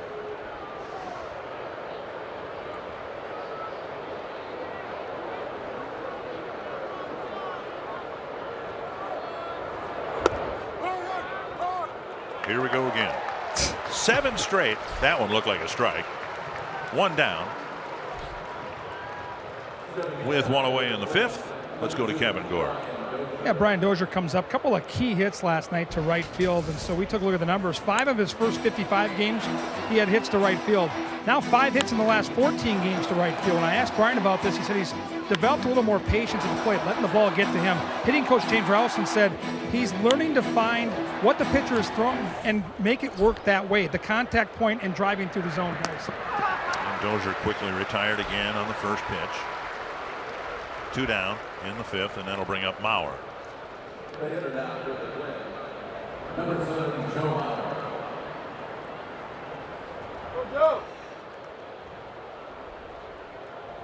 Kluber now with 29 10 strikeout games, 5 of them this season, but in this one, in the case of this one, the last 7 have been called third strikes. Mauer with a walk and a run scored and a single. Twins have just 2 hits.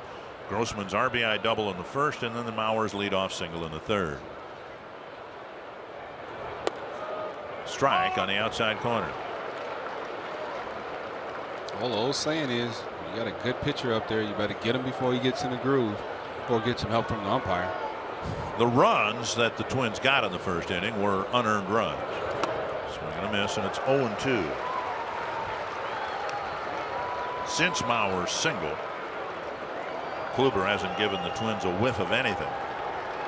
He's been ahead pretty much every hitter that he's faced since that first inning. Pulled foul, might have gotten Joe on the front foot. It's kind of a significant day in Twins history indirectly, because on this date in 1955, Harmon Killebrew hit his first home run, of course, for the Washington Senators. His first home run. His very first major league home run. 572 more would follow. And we should pass along birthday wishes to Phil Hughes today, 31 years old. A rehab assignment in Rochester. Phil's only 31. I thought he was about 35. I'm sure he'll be glad you said that. Oh, that has been a strike this afternoon. It wasn't to Mauer. Yeah, it's mutual respect right there. You got an MVP against a Cy Young Award winner. It's mutual respect right there. Well, that was a strike. Cy Young is MVP. Mauer slices it foul. The pitch before that was a slider, you know, away from him. That pitch, he went in. See if he can see what he's going to try to do right here to finish Mauer off. And I'm banking on he's going in off of him. If anything away, you know, Mauer's going to shoot to that left center field gap. Setting it in again. And Mauer fouls it back, and Kluber's about to deliver his 75th pitch. Remember in the first inning when he faced 7 batters, I'm thinking, well, maybe it'll be one of those games where he's 5-6 innings and out, but then he's settled down into a groove, to the surprise of no one. 1-2 to Joe Mauer. Going back in right here. Try to get him with that comebacker, that fastball in, two-seamer. Stare down right now, and Gomes will go to the mound to talk it over. Kluber wanted to go back in, and Gomes wanted to go away right there.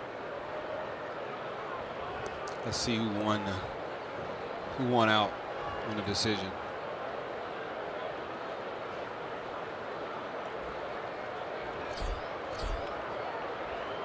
Kluber. Mechanics are just so sound. Everything he does from a mechanical standpoint, or everything he does from a mound, is what you can teach. Hit hard to left center field and deep. Zimmer hoping for a bounce. He'll play the carom, and Mauer has had the best plate appearances for the Twins, 3 in a row against Kluber. A walk and a run scored in the first, a solid single in the first, and a double off the fence here in the 5th. It's a good piece of hitting right there by Mauer. You know, they had the meeting on the mound, and it looks like Kluber won over. He wanted Gomes set up in on that breaking ball, it looks like.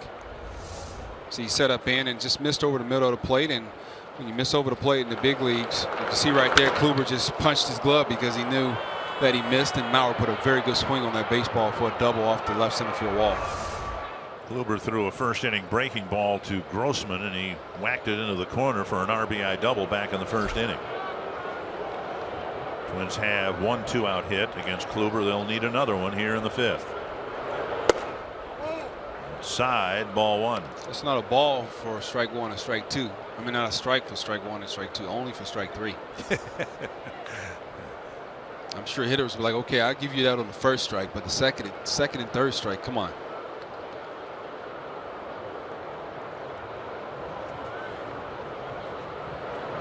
Grossman to right field, and a running catch by Chisenhall. Grossman hit it hard. Chisenhall grabbed it, and we're still stuck at 2-1 going to the bottom of the 5th.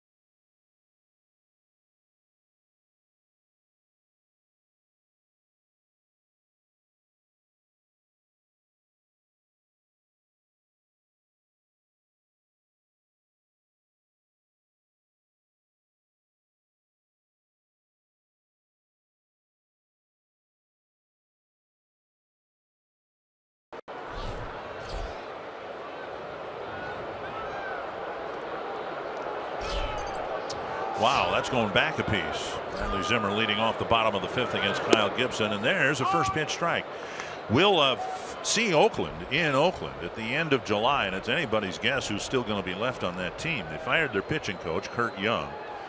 They designated for assignment Trevor Plouffe. He landed in Tampa Bay.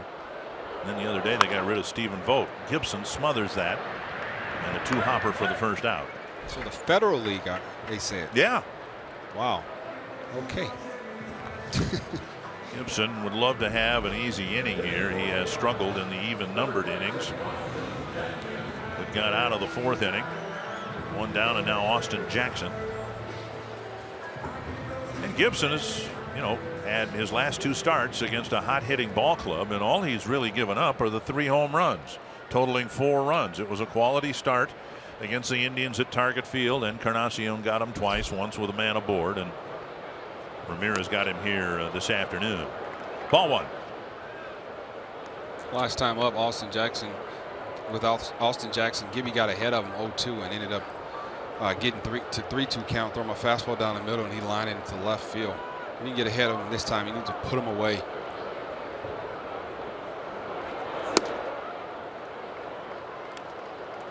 Ball 2. 77 pitches for Gibson, only 40 strikes. Not nearly the strike percentage that Gibson would prefer. To center, but Buxton has it within his range, 2 away. And yet here he is with 2 outs in the 5th. He's only given up 1 run. So he hasn't been efficient, but he's gotten some big pitches when he's delivered some big pitches when he's needed to. And that was the summation for Mejia's outing last night. Exactly. They got guys on base. They walked some guys. Gibby's case is giving up some hits, but he's made pitches when he had to. Big double play ball. He had a couple comebackers, well, 3 or 4 comebackers already this game. And now Lindor, who hit a comebacker, and Gibson turned it into a 1-6-3 double play in the 3rd. He's actually hit it back to Gibson twice to start the ball game in the bottom of the 1st. 1-0. First big pitch curveball right there from Gibson.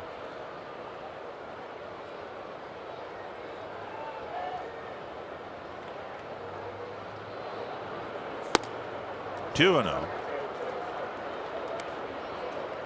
what's made this impressive for the Twins, after pretty much having their noses rubbed in it by the Indians last weekend at Target Field, we're a game and a half here into the series, and the Indian lineup had averaged 7.5 runs, more than 7.5 runs a game on their road trip, and they've gotten 1 run in a game and a half. It's baseball for you. You've seen a lot of games, and that's just the way baseball goes. The difference a week makes. 2-1 to Lindor. And now 3-1. Kipnis on deck. And if we try to figure out why or the reason it happens, you'll be wrecking your brain for the rest of your life. See if Gibson can come back from 3-1. Good pitch right here. Fastball down and away. And up and away. And it's a walk. First one issued by Gibson since Santana's walk in the 2nd. And now Kipnis, who's 0 for 2. It's the part of the lineup you don't want to be walking guys, but we always talking about getting that leading lady. You got Zimmerman on a ground ball back to him to get that first out. He's able to get Austin Jackson to pop up to center field. If he can get Kipnis to do one of the first 2 things he did the first 2 at bats, get out of this inning without having to face Edwin Encarnacion or Ramirez with guys on base. Lindor a threat to steal, but as we've told you, Gibson pretty tough to steal on. Just 1 successful steal on the year.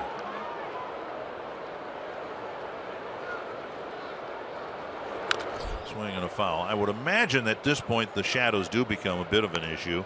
Gibson's now standing in the shadows on the mound, and as a hitter is up there trying to distinguish the pitch, the location, the spin of the ball, and all that, halfway on the way from the mound to home plate, there's the shadow of the light standard.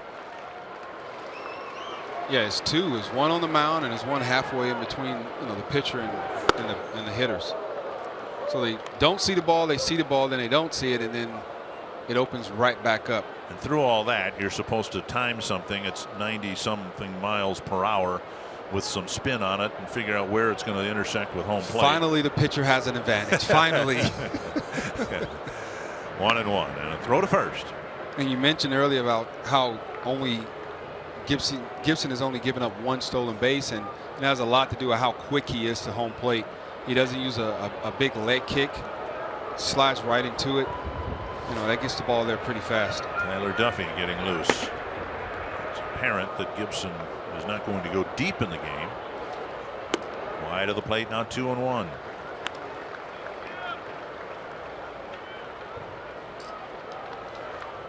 With all the balls, the low strike efficiency, low strike percentage. Duffy gave the Twins a couple innings last night. Might be used again here this afternoon. It's a good 2-1 fastball right there. You know, he didn't go away from Kipnis. Threw him a fastball in and kind of tied him up a little bit. Once again, taking his power away from him, and he got back even in the count at 2-2. Now you see Escobar goes over to stand right behind second base, or just to the right of second base, with 2 strikes on Kipnis.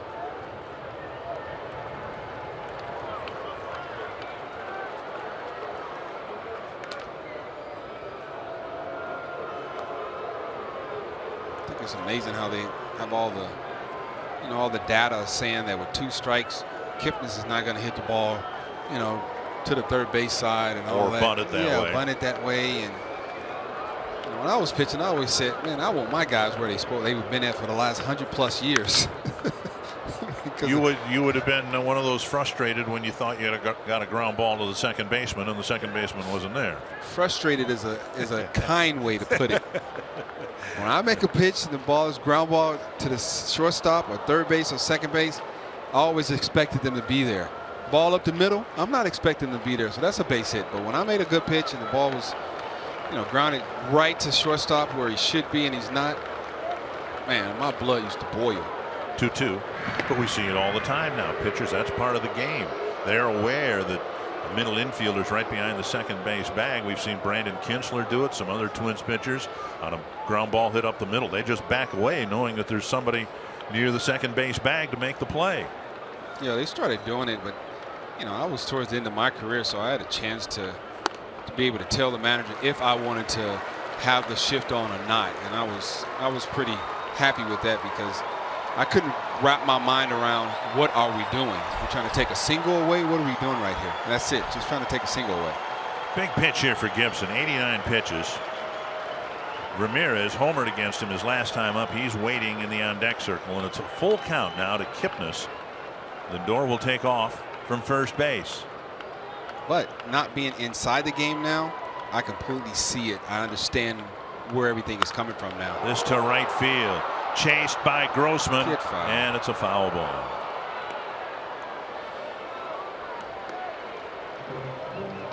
Gibson had a 1-2-3 first inning through 9 pitches.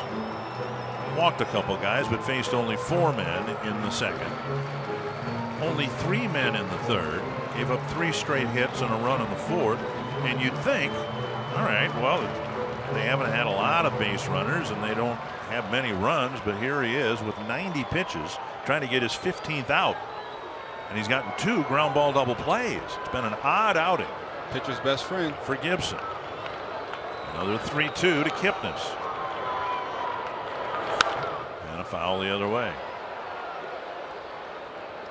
That's one thing about Kipnis, man. He's going to battle you at the plate. He's going to make you throw a lot of pitches. You know, very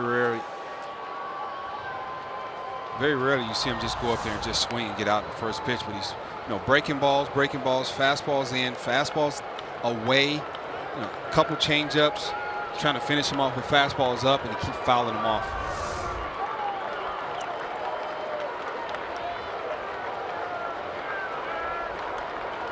Another 3-2 to Jason Kipnis. Fastball in right here. Popped up, backing out of play. Gibson has just 1 strikeout. It was Kipnis swinging in the 4th inning. If Lindor has to run, he's going to be exhausted. He's taken off the last 5 pitches. 10th pitch in the 9-pitch at bat so far. 3-2 count. Gibson again on 3-2. All speed right here. Missed outside. 3-2 changeup. And we'll see whether Paul Molitor makes a move here. And here he comes. It's just been a weird outing for Kyle Gibson. You know, a couple 3-2 pitches. They're all fastballs. He opted to go with the changeup. Just missed it. I think right there you try to guide it so much to make sure it's a strike. He should have been trying to restore it over the middle of the plate, strike the ball, see if he can get a swing on it. Gibson out 93 pitches and only 48 strikes, but he comes off the mound with the lead, unable to pick up the W.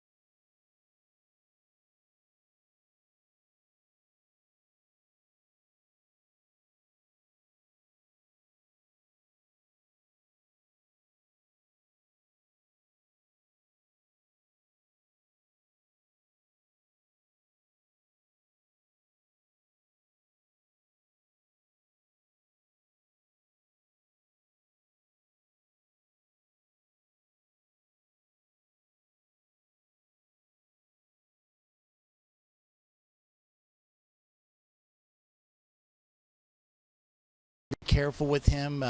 It's harder on the arm a little bit here and there, and you know, when you get a guy up 2 days in a row, you got to make sure that you give him a couple days off if you possibly can, because it is new to him. He is in his first year, and a lot of people don't understand that these guys, the wear and tear of getting up and not getting games, but yet they got heated up and stuff, it takes a lot out of your arm and stuff like that. So with him being the first year, we've got to be very careful to make sure that he gets a couple days off after he's pitched a couple days, and be very careful with him. Speaking of Tyler Duffey, now, LaTroy, you went through that transition. It was a long time ago, but that's the exact same transition you had to make from starter to reliever. Yeah, it's a tough transition. Just going from throwing every 5th day as opposed to being able to throw 3-4 times a week, and it takes a lot on your arm, because there's some times you're going to get completely warm and you're not going to get a chance to get in the game. There's going to be some chances you're going to go out there and you're going to pitch 3-4 days in a row. So it's definitely some conditioning with your body and towards your arm. Duffey gets ahead 0-1. 2 effective innings last night. He threw a total of 20 pitches. And he'll face Ramirez here, who homered against Gibson the last time he faced him. 1 strike. 2 on, 2 out. High chopper. Dozier flips to Polanco, and on 2 pitches, Duffey gets a huge out in the 5th inning. Kenny Vargas will lead off for the Twins as we move forward to the 6th.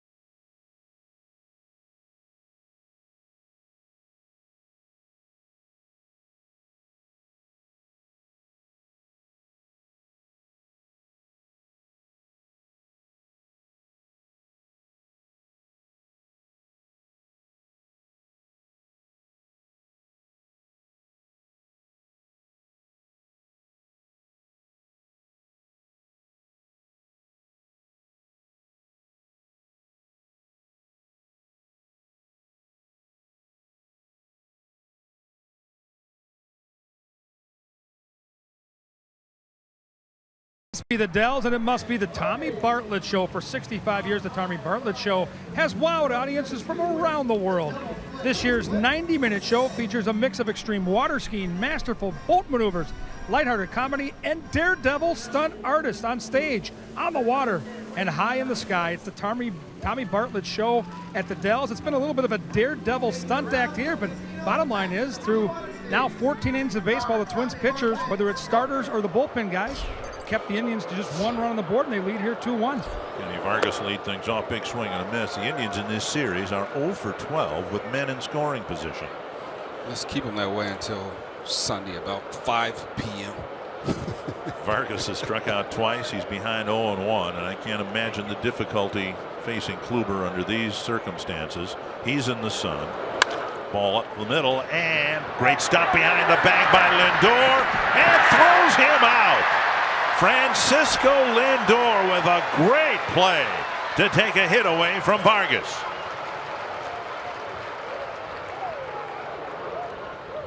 Very nice play right there. He didn't try to get up and, make a strong throw.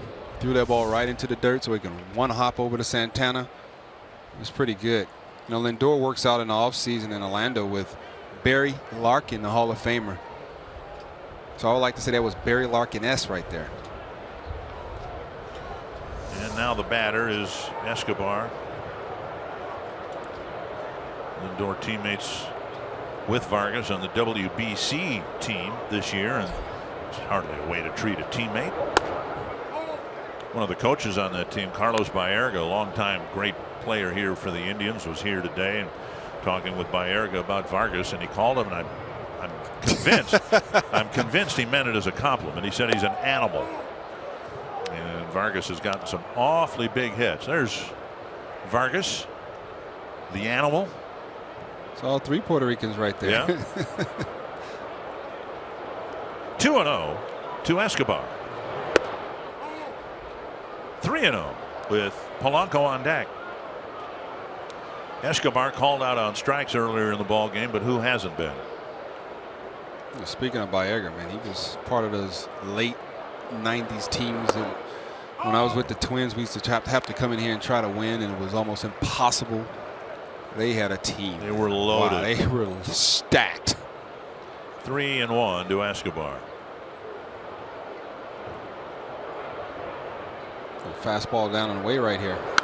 Fouled away. Remember late in the 2000 season, and you guys were starting to bring it together, and a lot of guys had their fill of losing, shall we say. And the Indians won the division that year. And I remember Doug Minkiewicz, who is now managing the Twins team in Fort Myers, and he said, well, they had better enjoy it because they're not going to win any more championships, predicting essentially that the next year the Twins were going to win the division, and of course they did. But there was a defiance with your group, and a lot of type A personalities on that team. And the Indians got a little bit older, and they never were able to break through and win the World Series. And you guys were ready, and if not for the threat of contraction, which thankfully subsided, you guys were ready to go in 2001. Yeah, TK did a good job through those losing years in the. Oh, that's another one. That's a terrible call right there, man. Escobar was on his way to first. And again, the only one who's really given Vanover any lip has been Jason Castro. But let's check this pitch out. That's closer than most have been. It's not a strike when you see the catcher have to just manipulate it just a little bit. It's not a strike. 2 down, and now Polanco.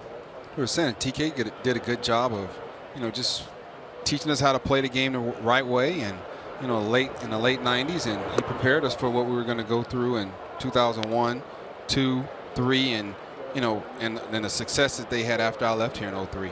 So it was a good deal. I mean, you had to take your lumps, and we took our lumps in this division, and we were able to pop some of those teams upside their head that were just taking advantage of us, and we were in the late 90s, and the Indians were one of those teams. Called strike 1-1 to Polanco. On the first pitch, Polanco showed bunt, and I'm surprised more Twins hitters, particularly given the difficulty of hitting Kluber and now the added difficulty of the shadows, haven't at least shown bunt. Couple of hops. Santana picks it up, and Kluber has a 1-2-3 sixth inning. You're watching Twins baseball presented by State Farm.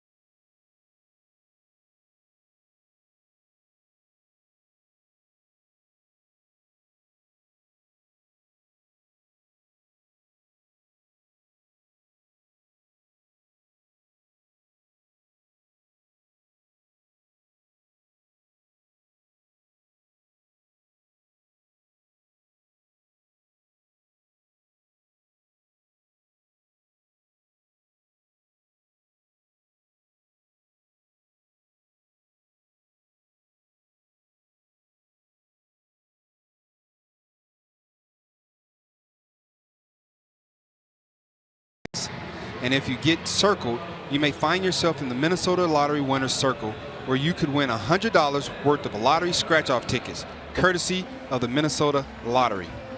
That's the voice of LaTroy Hawkins. Kevin Gorg on the road trip as well. When we get to Boston, Jack Morris will take over. Tyler Duffy starting the sixth inning. Got a big out, getting Ramirez to wrap up the fifth.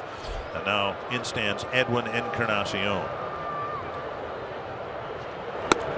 A lot of things have gone right for the Twins so far this year, and one of them is getting Duffy straightened out against right-handed batters. Last year, Duffy against right-handed batters gave up a .337 opponent batting average.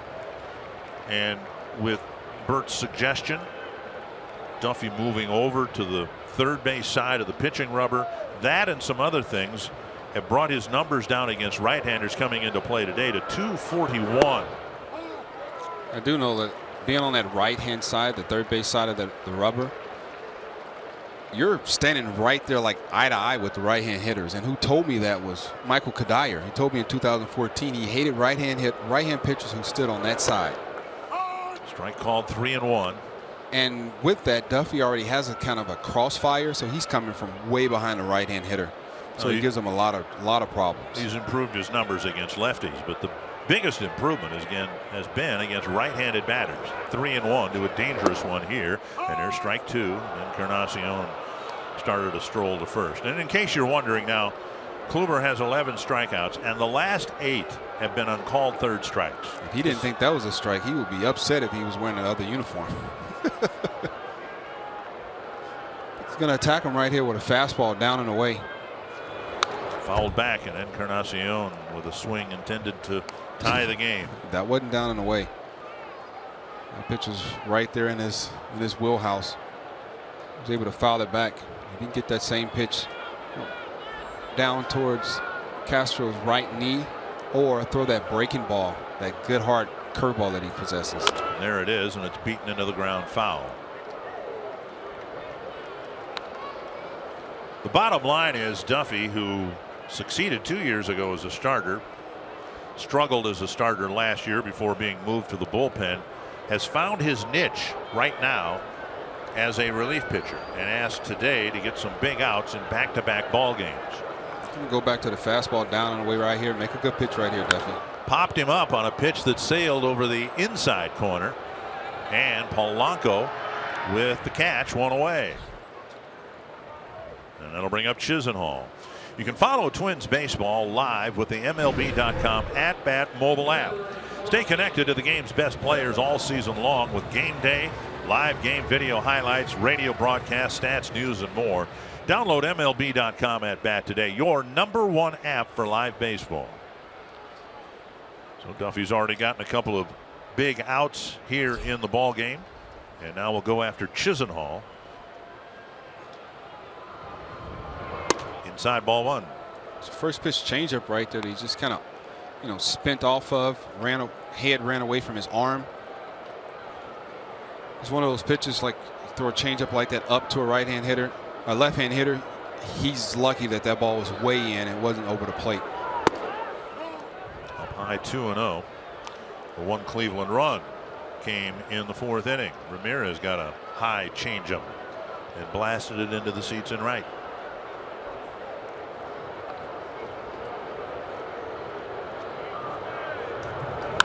High pop up right side. Dozier, Vargas again. Who's going to call for it? And this time Dozier calls off Vargas successfully. 2 down. Dozier, get out of my way, you animal. They collided for a 3rd out catch at the end of the 4th inning. And now Carlos Santana.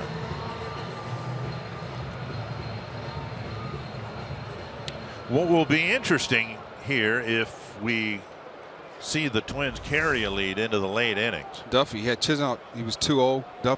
Chisenhall was up in the count right there. Threw him a good changeup. Got him out front on that front foot. Was able to give him a pop up. Check swing and a strike. Another first pitch changeup. I mean, that's pretty good. Usually coming out of the bullpen, having 2 pitches that you can throw over at any time for a strike is very impressive. And Duffy's shown us today that he's coming out of the bullpen with 3 pitches that he can throw at any time for a strike. Strike 2.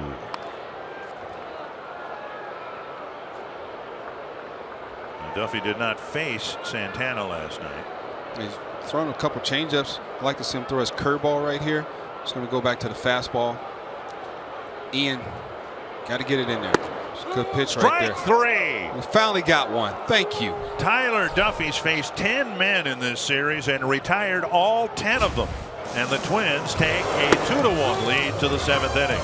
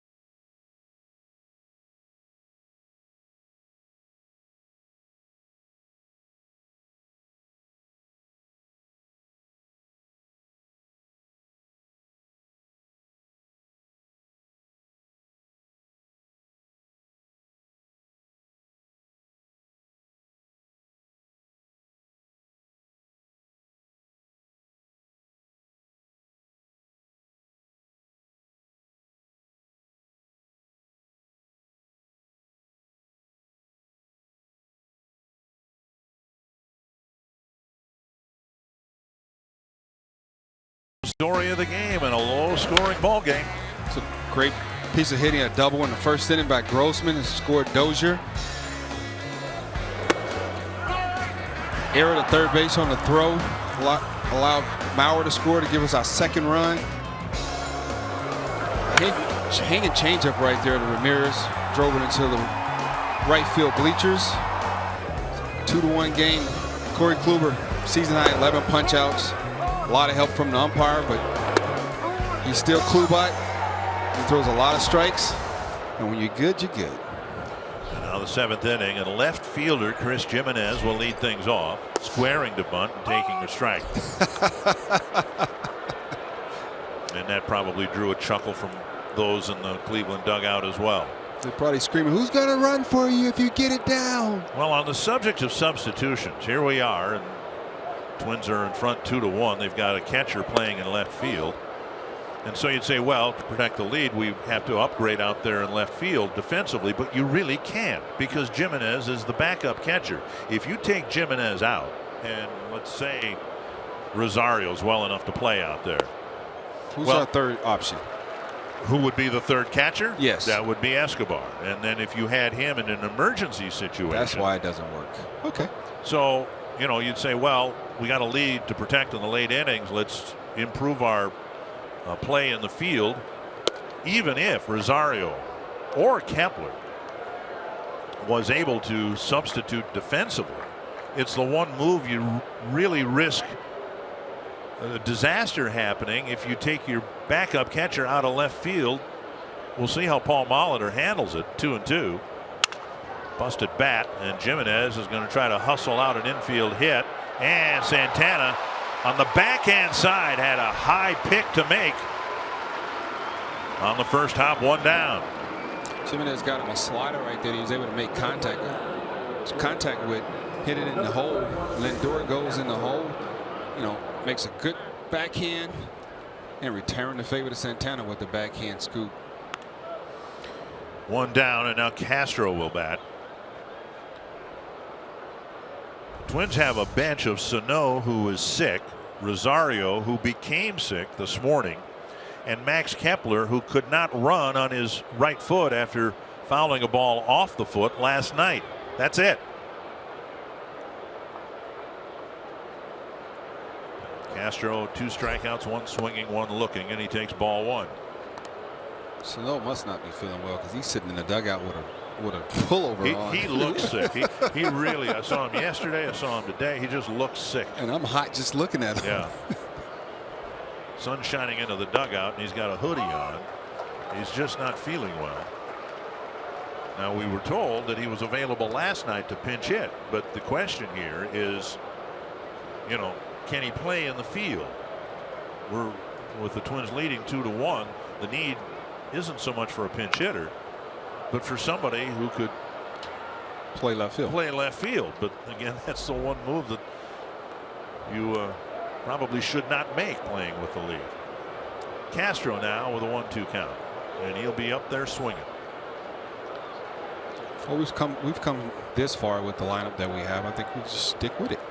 So far, one ball's been hit to Jimenez, and he caught it early in the ball game. Took that pitch up and away. Surprised he didn't swing at it. You know, Jimenez is a smart and very intelligent ball player. He understands that, you know, he's not going to take any risk out there like diving for balls. No, we're not. That's not what we want you to do. It's a base hit. You play it as a base hit and get the ball back into the infield. Castro swings and misses this time. A 3-strikeout day against Kluber. Strikeout number 12. Join Fox Sports North at the next viewing party Wednesday, June 28th, beginning at 5:30 p.m. at Maynard's and Excelsior. Watch Minnesota take on Boston. Enjoy specials, prizes, and more. Visit foxsportsnorth.com/events for details. 2 down, and now here's Buxton. He's been called out twice. Keep waiting for Byron to try to lay down a bunt and get aboard. He bunted for a hit last night. He takes a fastball, strike 1. So far, 7, 8, 9 hitters, 7 at bats, and they have 6 punch outs.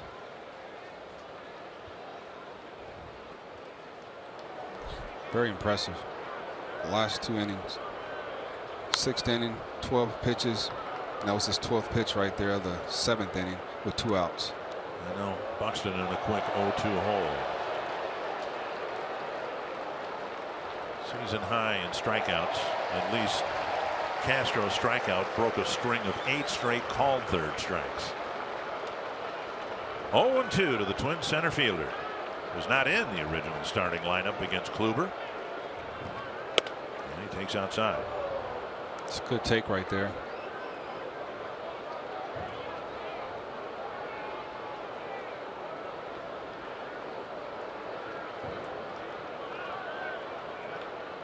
Go with another slider off the plate or throw his back. Buxton drives it deep to the right field corner, but foul. Went with the two-seamer down and away. He came back over the middle of the plate, and Buxton was able to get just a little bit of that ball.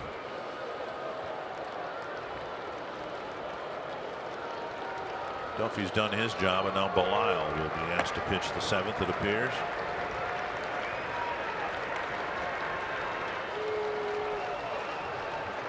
Of course, got a very short start at the end of the homestand.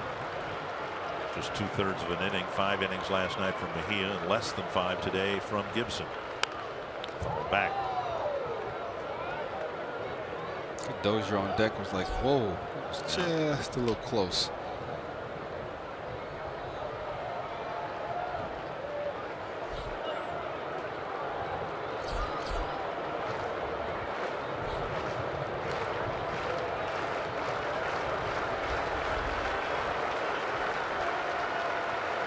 He's going to go away right here.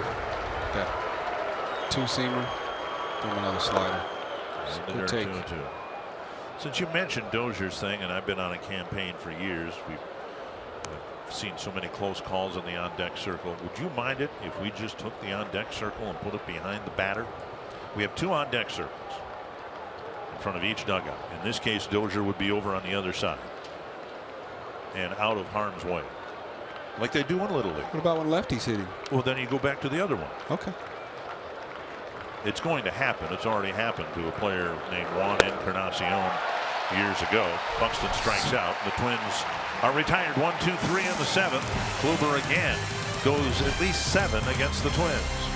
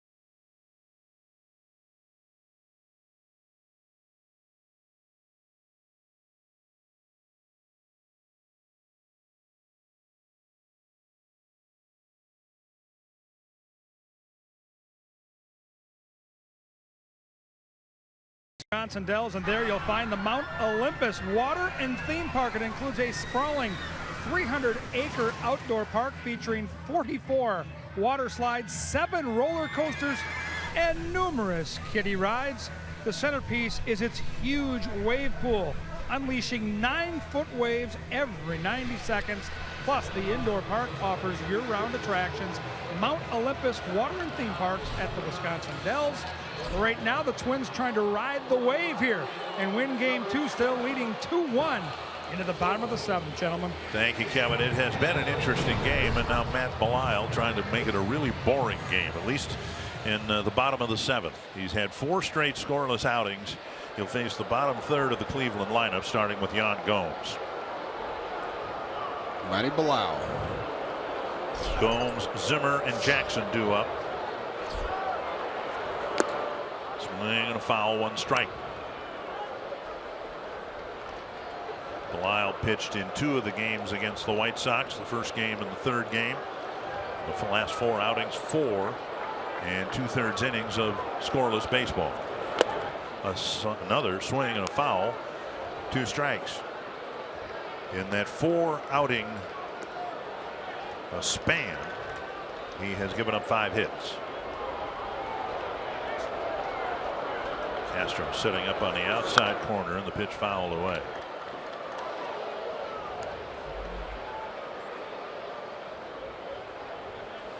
Matty Bilal, one of my teammates in Colorado for a year and a half. One of the good guys in the game. Just consistent in what he does. He's the ultimate pro. I mean, this guy eats better than anybody I've ever been around. Driven to right center field. And a base hit for Gomes on an 0-2 pitch. And that'll bring up Bradley Zimmer. This copyrighted telecast is presented by the authority of the Minnesota Twins and may not be reproduced or retransmitted in any form. And the accounts and description of this game may not be disseminated without the express written consent of Minnesota Twins, LLC. Belisle's splits, righty lefty, haven't been out of line. Just had some really bad outings. Left-handers hitting .242 against him. He'll face Zimmer, who lined out to Buxton at the center field fence back in the 3rd inning, and then he had a comebacker to Gibson. You're a bullpen guy coming out of the bullpen, and you get a 2, 3, 4 outings where you've given up a crooked number, whether it's a 2 spot, a 3 spot.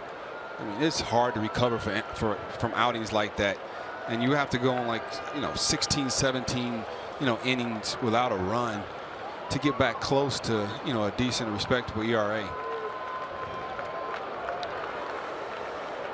He, like just about everybody else in the bullpen, have been used a lot.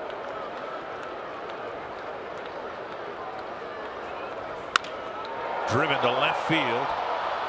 Jimenez has his second chance. He's 2 for 2. Nice. He's so smooth. He's probably out there with a smile on his face like this is just so easy. We showed you, or told you, I guess, yesterday, that in the month of June, the Twins starters have averaged less than 5 1/3 innings in the entire month. Now, you go through a series or a week like that, and that's tough. That's a strain on the bullpen. But when it's the 24th of June. And so far in this series, Mejia gave the Twins 5 innings, Gibson 4 2/3 here tonight. And that's the reason. Now, Belisle's obviously stayed with the team, but Ryan Presley was pitching well, and he was sent to Rochester just because the Twins needed some new arms, some fresh arms. We talked about it yesterday. We talked about how, there's a lot of things that goes into the, the reason why the bullpen is taxed, and one has been the weather with the double headers, the short outings, and it goes to, like you said, the starters averaging 5 innings or less, in the month of June. All that plays a factor in why the bullpens, struggled up until this point, because guys can't catch a break. They don't have any time to recover. Just to show you how dramatically that can turn around. Barrios went 8 innings a few nights ago, and you figure, all right, well, the bullpen's pretty well set. Then the next guy goes 2/3 of an inning, and you're right back where you started. Taylor Rogers pitched effectively last night. He's warming up. When you get to that point, it takes a while. If you don't have 2 or 3 starters out there that can go, that give you 6, 7, 8 innings like Barrios did, I mean, it takes a while for that bullpen to get caught back up, get the rest that they need. Before you know it, it's 10 games and you're 2 and 8, and that could be the season a lot of times. Strike 1 to Jackson. For being a bullpen guy, you got to be very resilient. You got to understand that you have to save some of your bullets when you're out there warming up or you're playing catch before the game. There's a lot of things you have to do to be able to go out there and conserve some of your energy for use only in the game. Hold back 0-2. And I said that because when I was with Matty Bilal in 2014, he was a guy that liked to throw every day. And I told him, we're catch partners. We're not throwing every day. He said, oh, I need to throw every day. No, you don't. We're going out there, on a regular basis. Then one day I just didn't show up. And he came in, he panicked. Like, what are you doing? I need to throw. No, you don't need to throw. Save some of your bullets, young man. You'll thank me in the end. And he started doing it last year, and he said it was the best thing that he did. Well, he started doing it that year, and more often now than he used to. 2 strikes to Jackson.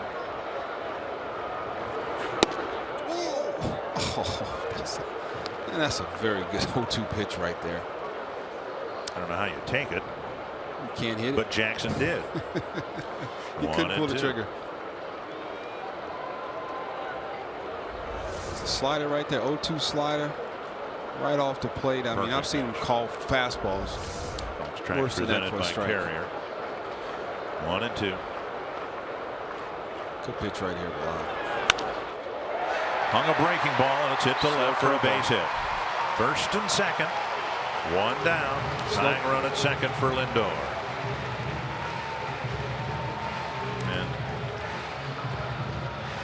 Not to beat a dead horse, but Vanover behind the plate's not had a good game, and that might have been the biggest non-call of his afternoon. That one almost exactly where the other one was.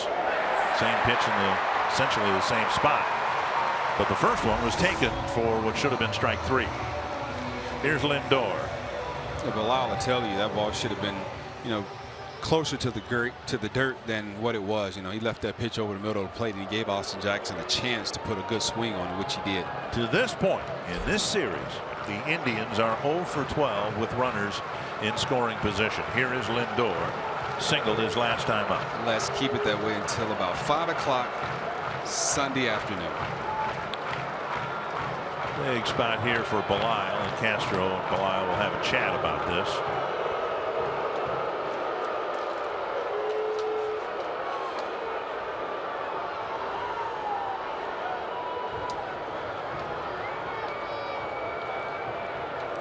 This is the first at bat Lindor has ever had against Belisle. Spent his entire career in the National League, and of course Lindor's only been up in the bigs for a couple of seasons. And it is a big at bat in the 7th inning. Swing and a miss, strike 1.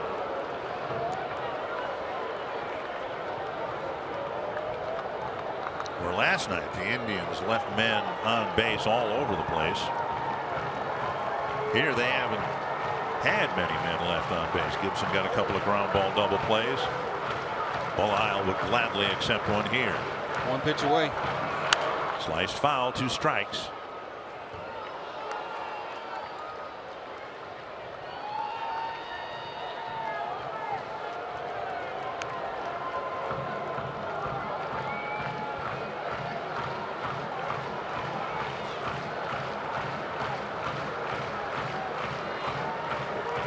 To Francisco Lindor. For a breaking ball right here, you have to make sure that it gets down to the dirt. You don't want to leave nothing over the plate for Lindor to put a good swing on. Whatever you throw, breaking ball wise, make it be strike to ball. Lindor strikes out about once every 8 at bats. By today's standards, that's pretty good. I like to say 4.63 right now. Oh, 1.63. Already had one of those.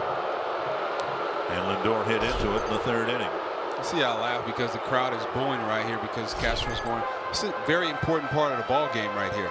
You want to make sure that everybody's on the same page. So I don't care how long it takes, get it right. And that's what they're trying to do right here. I laugh when you're on the road and you pick the first base once or twice and the crowd just goes, boo, what do you want them to do? I guess you want them to steal second base.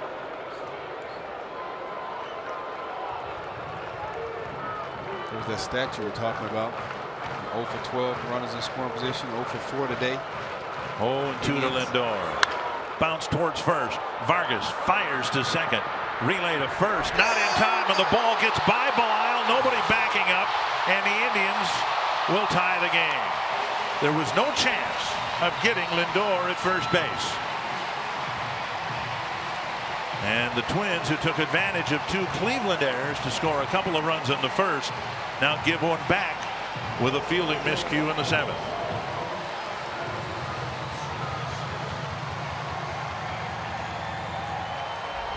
It's a clean pickup right there. A nice throw to second base by Vargas to Polanco.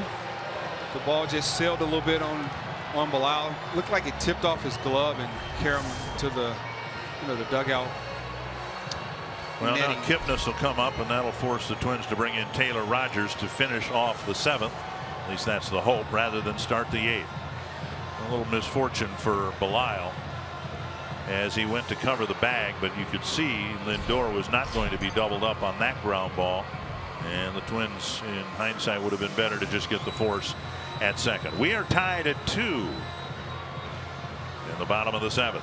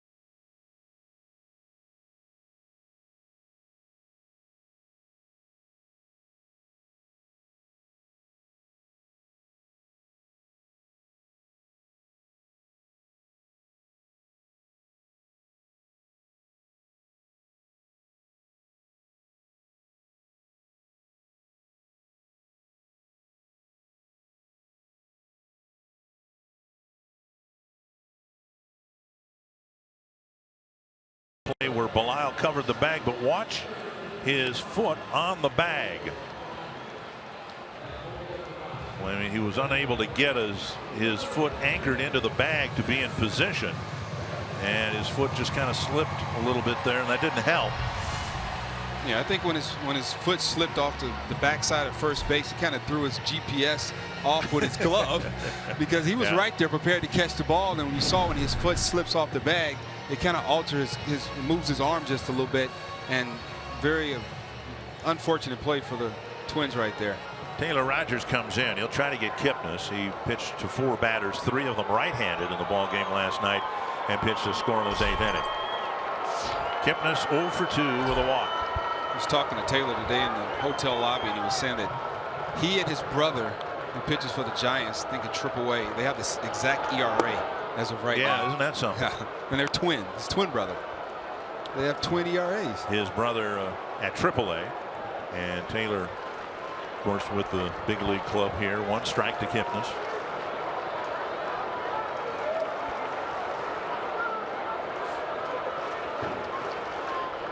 Runner goes, pitch fouled away, and the Twins caught a break there because Lindor had second base stolen on Rogers. Now the count 0-2. A very good jump right there. And threw Kipnis a pitch up in his own he thought he could handle, and fouled it off. And now Lindor has to retreat back to first base. 0-2 right here. You got to make a good pitch. Nothing in the strike zone. No mistakes in the strike zone. And they pitch out 1-2. Couple of singles in the inning, but the tying run scoring on an error on a fielder's choice.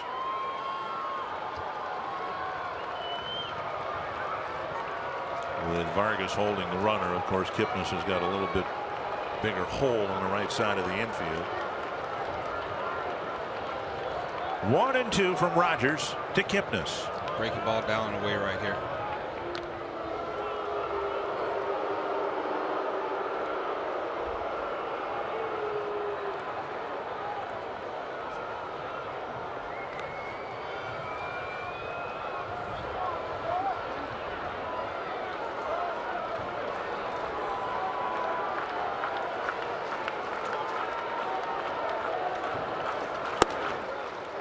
With a fastball missing up. Good fastball right there up in the zone, trying to get a swing from Kipnis. Was able to lay off of it right there. Big pitch right here. Good sliders down and away.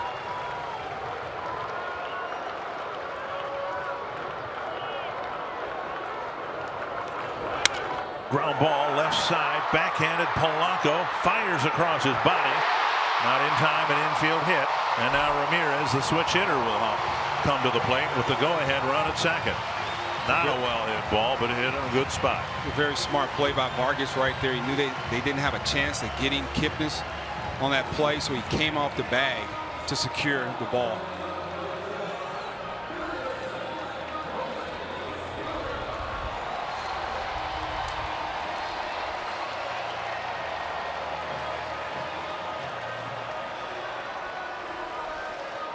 Ramirez facing Rogers. Homered as a left-handed batter for the first Cleveland run in the 4th.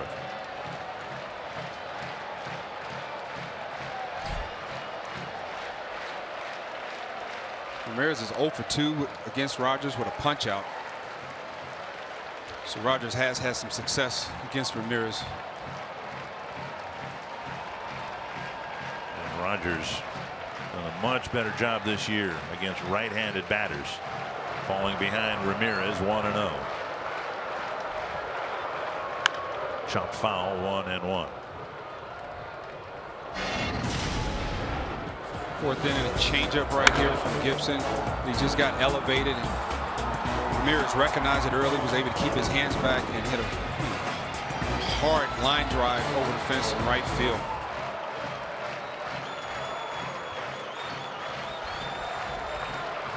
One and 1 to Ramirez. Pitches up. 2-1 count right here. You know, in your big leagues, you should be able to, you know, throw your off speed at any time, especially when they're in a hitter's count. And it's one of those situations right here where Rogers can, you know, if he's going to opt to throw a fastball, it should be down and away, breaking ball in on his hands.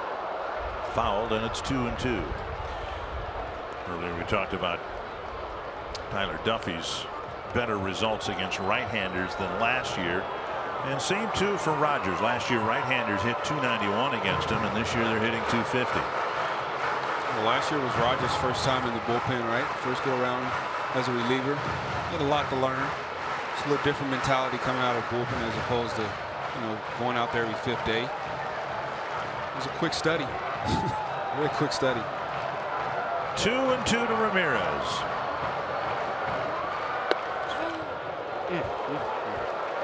Full count with Encarnacion on deck.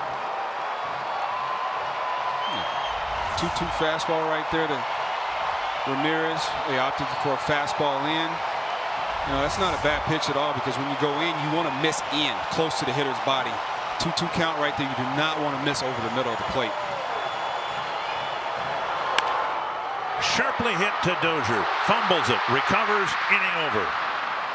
The Indians tie it up in the 7th, and we head to the 8th, tied at 2. Good piece of pitching right there by Rogers.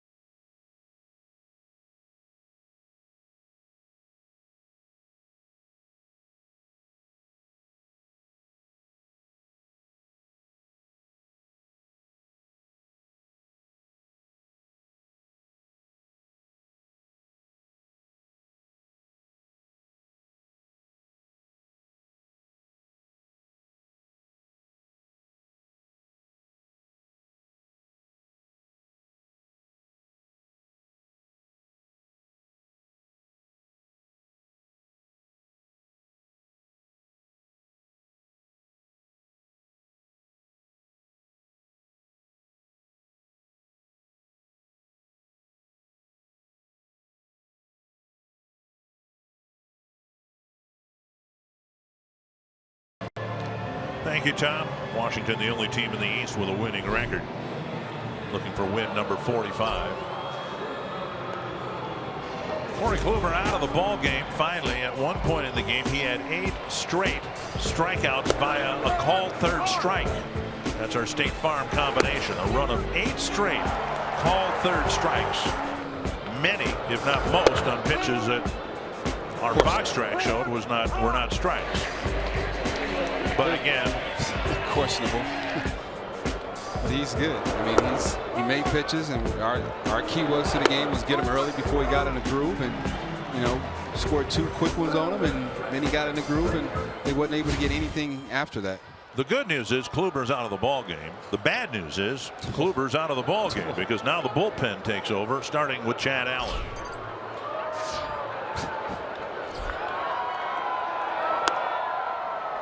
And Dozier at the plate. He reached on an error, scored in the first. Officially 0 for 3. Cody Allen, I'm sorry, Chad Allen, teammate of yours. A AAA hitting coach. Dozier takes up and away 2-0. Now Cody Allen, just off the paternity list. But last weekend in Minnesota, he and Andrew Miller kind of switched roles, where it was Allen preceding Miller. And the latest commitment, such as it was from Terry Francona, there's a strike 2-1, is that he would wait and see what the matchups look like. In this instance, Dozier's a right-handed batter, and then Mauer a lefty, and 4 straight switch hitters. You got guys in your bullpen like Miller and Allen. You know, both those guys are closers, but they're going to do what's best for the team, not what's best for Cody Allen or Andrew Miller. They're going to do what's best for the Cleveland Indians. And if they have to switch roles during the course of the season because of matchups, that's what they're going to do. They're two unselfish guys, and that's where they're very good at their jobs. Big fly ball, foul, and out of play. In fact, the story goes, Allen went to Terry Francona after Miller had been roughed up a little bit. He gave up home runs to the Dodgers in back-to-back games. And Allen said, look, if he's worn down or a little bit, I'll just switch roles with him. So that came internally from the bullpen. So that's why Allen's got the 8th inning. And if the Indians have a lead, maybe even if they don't, the Twins will see Miller in the 9th. Full count to Dozier to start the top of the inning. Driven hard to left field, down the line, and gone. A home run for Brian Dozier. And the Twins retake the lead 3-2.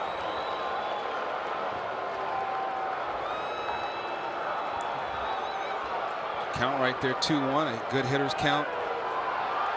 And we all know Dozier, 3-2, and we all know Dozier can hit a fastball. I don't care where it is, and he was able to get him one he can handle, and put the Twins up 3-2 right there. It's the 3rd home run allowed by Allen, all of them to right-handed batters, and now here is Joe Mauer. A potentially huge home run for Brian Dozier. But there's still some work to do with the Twins back in front, 3-2. Mauer takes up and away, ball 1. Mauer's 1 for 8 against Cody Allen in his career for a 125 clip, but he has 5 base on balls.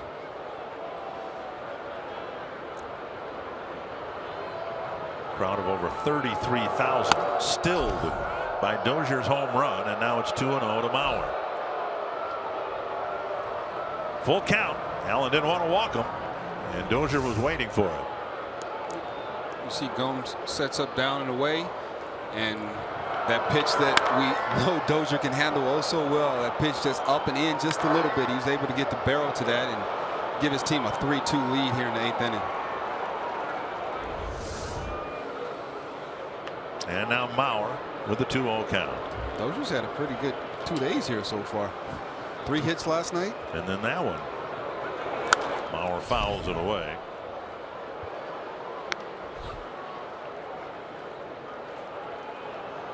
You say there's a lot of work to do. The Twins need to get 6 outs. And the question is, where are they going to come from? Rogers going to have to get 3 of those outs. And Kinsler's going to get the other 3. That's where they're coming from. Up and in, now 3-1. Grossman on deck.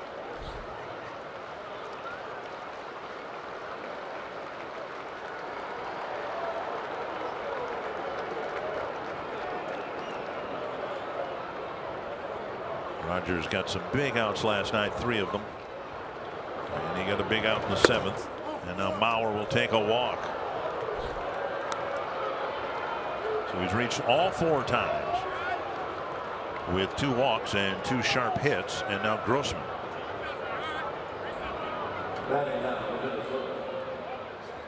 Grossman looking at Gene Glenn.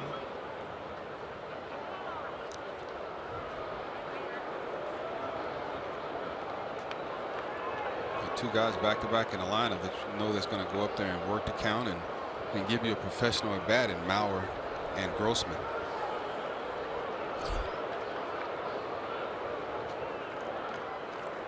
Grossman squares, deadens the ball in the grass, and Grossman drops down a sacrifice, and now Mauer to second base. And Vargas will come to the plate, 0 for 3. You know, right there, he just lays down a bunt. A 3-hole hitter. You know, how many 3-hole hitters in the game you can ask to do that? And they actually do it and get the job done. Very impressed right there by Grossman.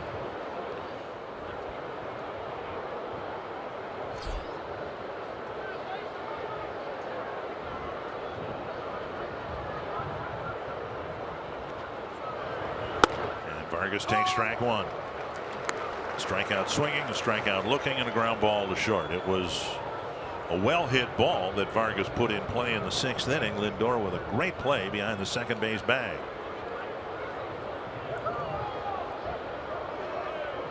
He doesn't make that play if he's not playing where he is, and that's just a couple feet away from second base. 0-2. Pretty much on the outfield grass.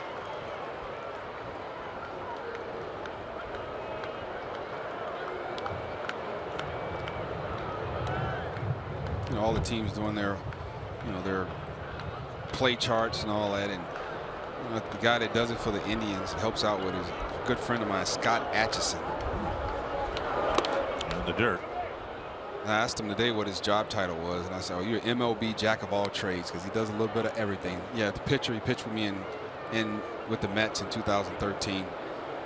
And we were up here earlier, and he was down on the field catching balls at first base, catching balls at second base. And I said, "What's your title?" MLB jack of all trades. I'm going to use that. Some business cards printed up. 1-2 to Vargas. And time call. Twins dormant offensively from the 1st inning until the 8th, and the 2 runs they got in the 1st were unearned runs. But now Dozier's leadoff home run here in the 8th, putting the Twins back in front. It was funny, the whole time I've been up in the booth today, I'm thinking we're going to have to score again. Yeah. I knew we were going to have to score again.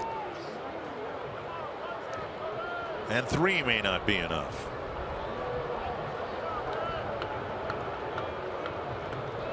A man in scoring position with less than 2 outs.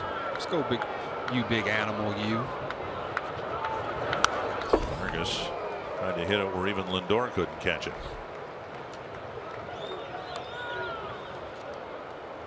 Well, we all know if he can get a hold to it, he can definitely do that.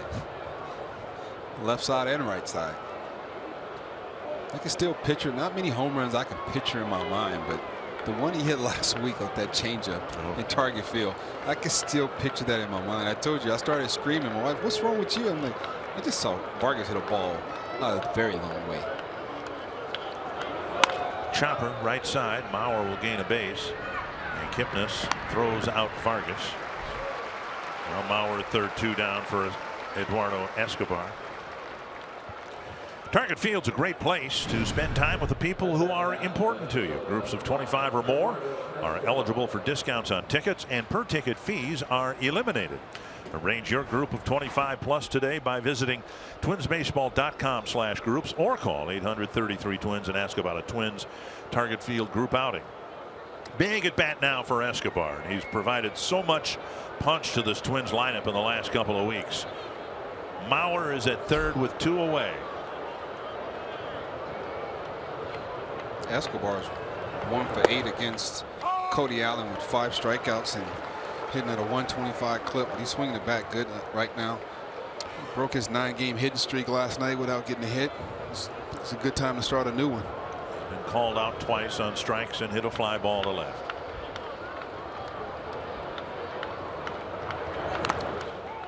That's a foul ball, 2 strike. Paul Molitor asked about Escobar and why he's succeeded so much lately, and he said, well, he kind of goes to the plate with an empty mind. He doesn't think too much. And I think he meant it as a compliment. He did. Yeah. He did. He just said Escobar goes to the plate and it's kind of a see ball, hit ball attitude. Doesn't overthink it. Right. In a tough spot here. Facing a really tough pitcher with an 0-2 count. Lifted to left. And Jackson retreats into the shadows to end the inning. But the inning started with Brian Dozier's 13th home run of the year. And the Twins are back up by 1.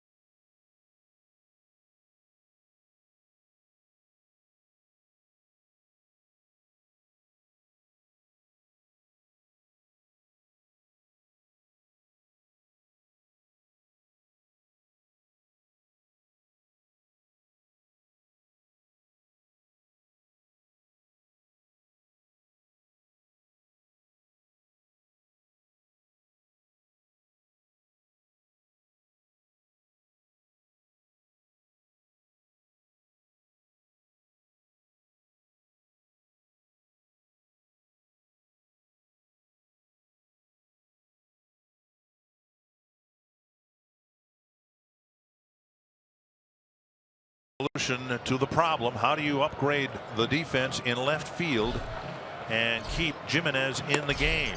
Rogers starting the bottom of the 8th inning, and he's done so by moving Jimenez to first base and putting Eddie Rosario in left field. So the outfield is fortified defensively. There's a strike 1-1, and you're not diminishing things much at first base. Jimenez can handle things well over there. You just can't take him out of the game because he's the backup catcher. So Vargas is out of the game. You brought up all those scenarios, but you forgot about Jimenez being able to play first base. It was pretty impressive. 2-1 to Encarnacion. He faced Rogers last night and got a single, and then was taken off the bases on a force play. Be careful right here. Go set up in, miss in. If you go away, miss away. Fouled away. You know, I think every team needs a guy like Chris Jimenez. You know, he's great in the clubhouse. Awesome teammate. And between the white lines, he's going to do whatever he needs to do to make his team better. We've seen him pitch 6 times this year. He catches, plays first base, plays the outfield. Plays some third base. Plays some third base. Just one of those guys that he loves playing the game, and he's not afraid to, you know, switch his hat from time to time. Full count now to Encarnacion. Chisenhall and Santana will follow. It's a big pitch right here. It was a 3-2 pitch to Dozier to start the top of the inning. And he missed up. And Encarnacion's aboard with a leadoff walk. And now Chisenhall will bat.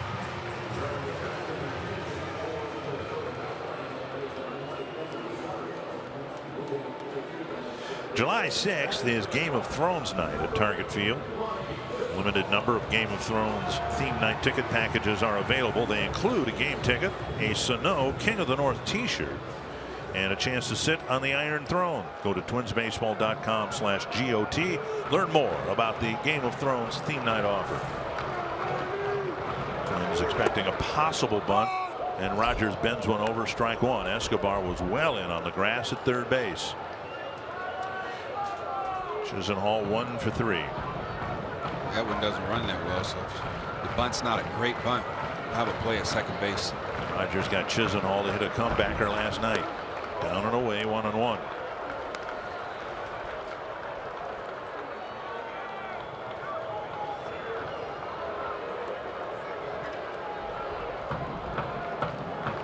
Matchups like this is where Taylor Rogers is going to make his money at. If he's going to continue to be a bullpen guy, getting lefties out.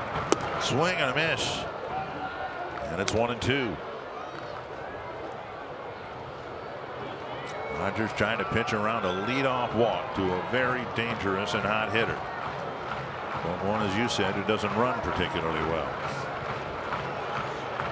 1-2 to Chisenhall. Got him. 1 down. And now Santana. Santana hit a ground ball to short against Rogers last night. A center cut there, but he got a swing and a miss. Not his best breaking ball, but lefty on lefty. You know, with that long loose arm coming from behind Chisenhall, that breaking ball, he just opened that hip just enough. When he got ready to swing at it, he had nothing left.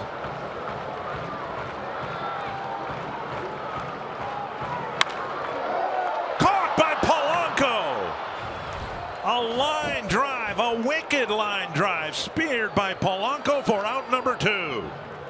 That ball was crushed. I don't know if Polanco caught that ball or the ball caught him, one of the two, but I'm glad it did either of the two. Very similar to the one that was lined past him into left field a few innings ago. It was Chisenhall's single, I think, in the 4th inning. 2 down. And now Yan Gomes. Gomes singled to start the 7th and scored on the Polanco error. We talked about the setup guy last night. You know, go through the heart of the order for the closer. Looked like it's setting up that way right now. And one more out to get here in the 8th inning.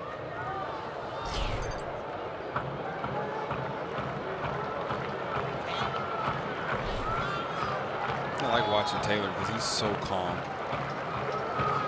Swing and a miss, 0-2. He doesn't get too excited. He doesn't get too low. He's just one of those guys. He's just sitting out there, and you don't know what's going through his mind. You don't know if he's having a good day, a bad day. Just even kill. 0-2 to Yan Gomes.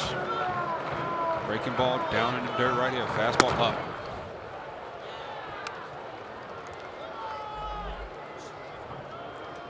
To set up the breaking ball in the dirt. Yep, change the eye level a little bit right there with the fastball up. You want to throw that slider that he has, throw it at the back foot of Gomes. Going to have to go away again. Fouled away. Fastball at 92.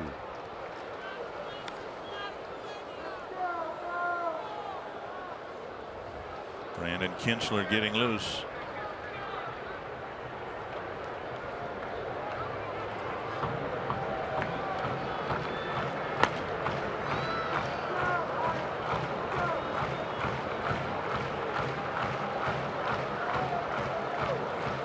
Pitch right here, kiddo.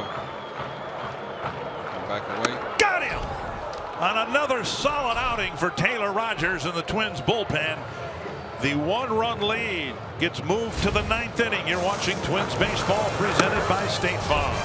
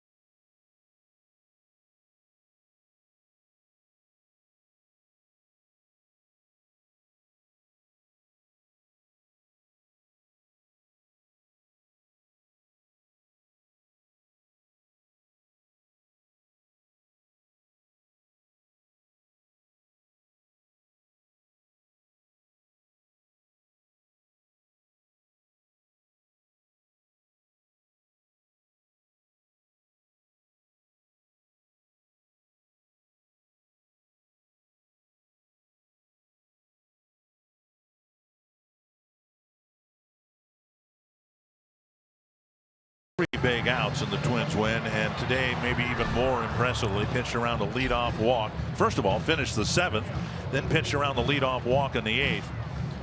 And the Twins bullpen getting it done here in Cleveland. Now, Zach McAllister will pitch out of Cleveland's pen to Polanco, Jimenez, and Castro. Zach McAllister. It's all legs. I was watching a pitch the other night against us, and I'm like, wow. Where does his leg stop? Polanco 0 for 2 with a walk. Down low, ball 1. Remember, early in the ball game last night, Polanco made an error, and it didn't hurt the Twins, and he came back and had a good ball game in the field, got a couple of hits, and then a throwing error tonight allowed the Indians to tie the game, and he made a fine play in the 8th. On a wicked line drive to help Rogers pitch that scoreless 8th inning. 1-1. Polanco's 0 for 2 against McAllister. Not a lot of history with this guy.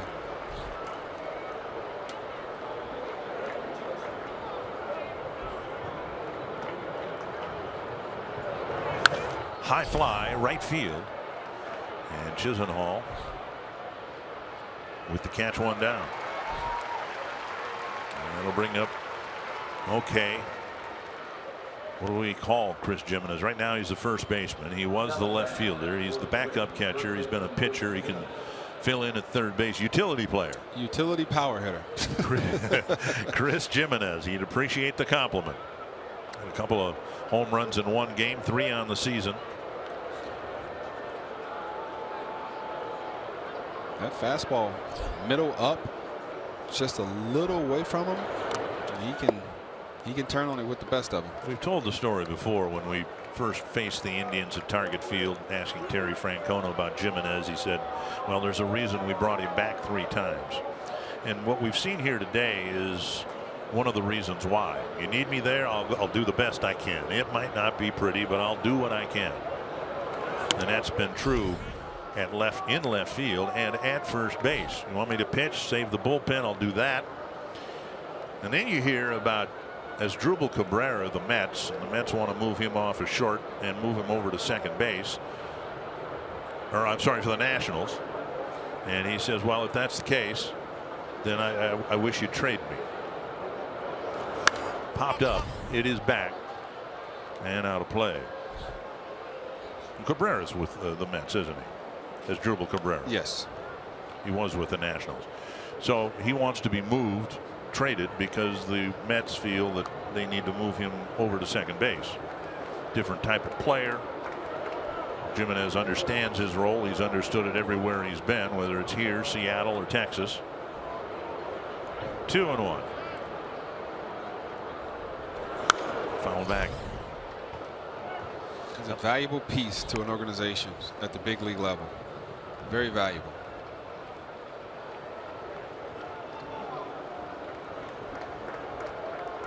Trying to get a board here. Castro, the catcher, on deck.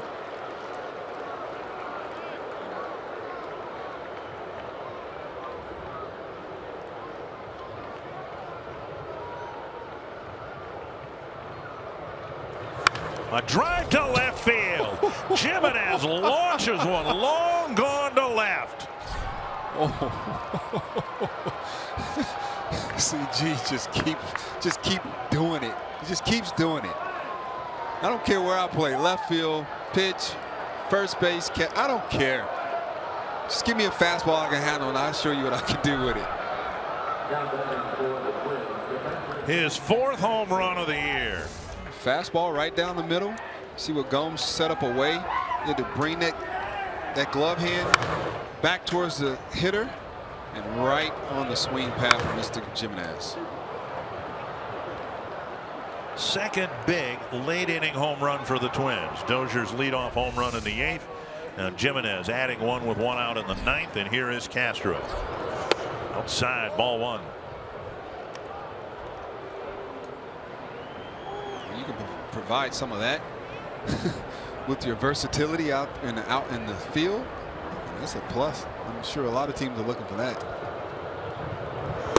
Now Castro takes a strike. He's taken a number of them here today. Struck out 3 times, once looking. This last time against Klubot, it was a breaking ball, one of those good sliders that he swung over the top of. But I'm sure he was sitting there waiting for that comeback with a fastball in, and it got him the first 2 times. Swing and a miss, 1 and 2.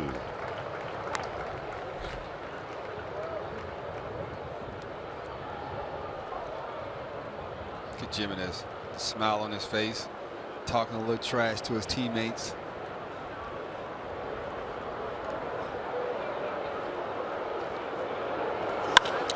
Castro lifts it to center.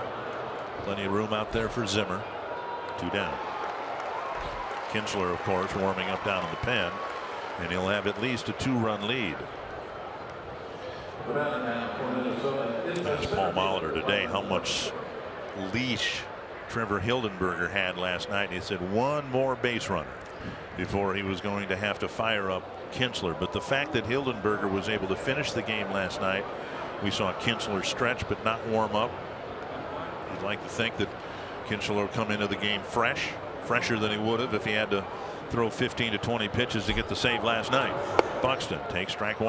Last night, walking to the clubhouse in the training room, talking to Dozier and Castro, and he's on the training table doing his arm exercise, and I'm slick. Yeah, we put the camera on you while you're doing your little foo-foo exercise. I was just trying to get ready. I just want to get ready. And I was like, okay, I get it. Stay ready. Stay ready so you don't have to get ready, okay, young man? He said, yeah, you're right. Now, did you call them foo-foo exercises? Because if you can get away with saying that to him, I ought to be able to get away with saying that. You know what's funny? It's the same exercises I did my whole career. 1-1 to Buxton. Striking out 3 times today, twice looking. He hopes to put the ball in play and get a hit. Next one down the middle, and it's 1-2. Buxton's average down to 206. Got a bunt single last night. When you're closing games, it's a 1-run game. When you get up to start getting loose in the bullpen and your team score an extra run, I mean, that just does something to you as a closer, man. It makes Checked his swing. Okay. 2-2.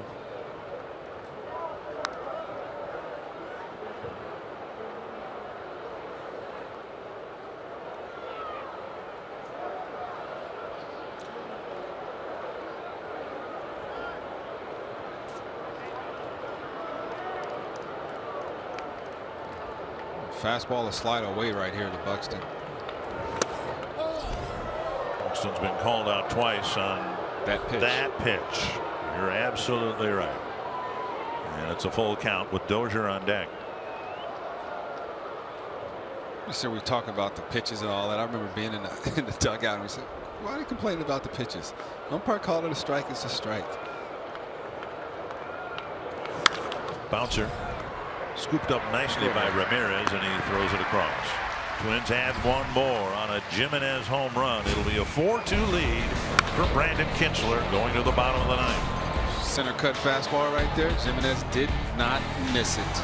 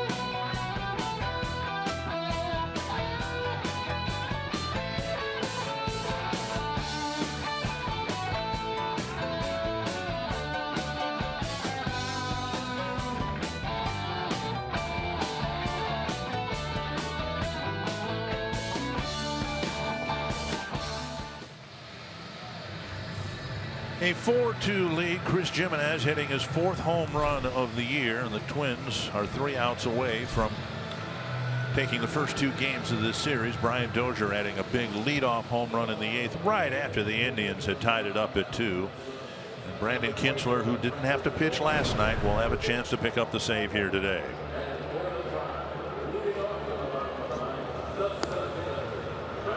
Kintzler looking for save number 20 on the season.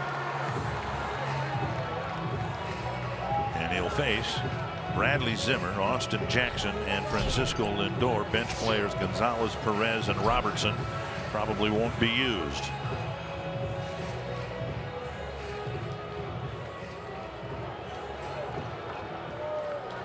Zimmer, a big, good-looking hitter. He's not Aaron Judge big, but he's 6'5", 220, and he's got some power.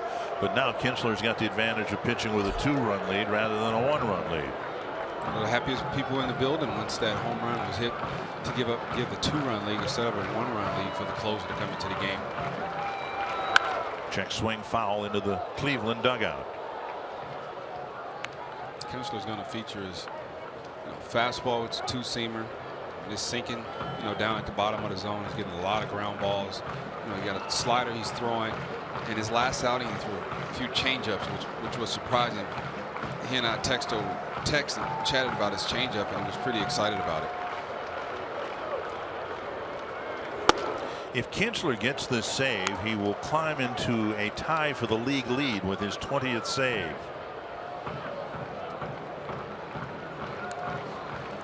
One and one to Zimmer.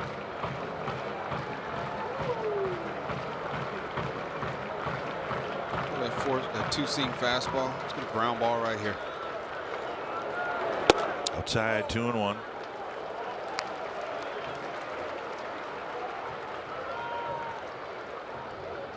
Bradley Zimmer. He's kick and run a little bit too. Play some center field.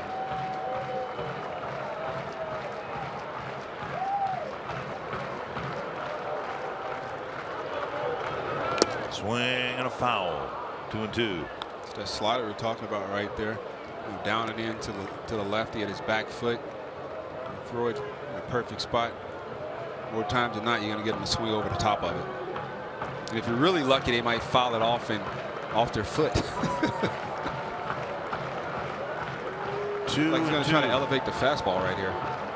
2-2 to Zimmer. Fouled away. That one wasn't so much elevated. It's right down the middle.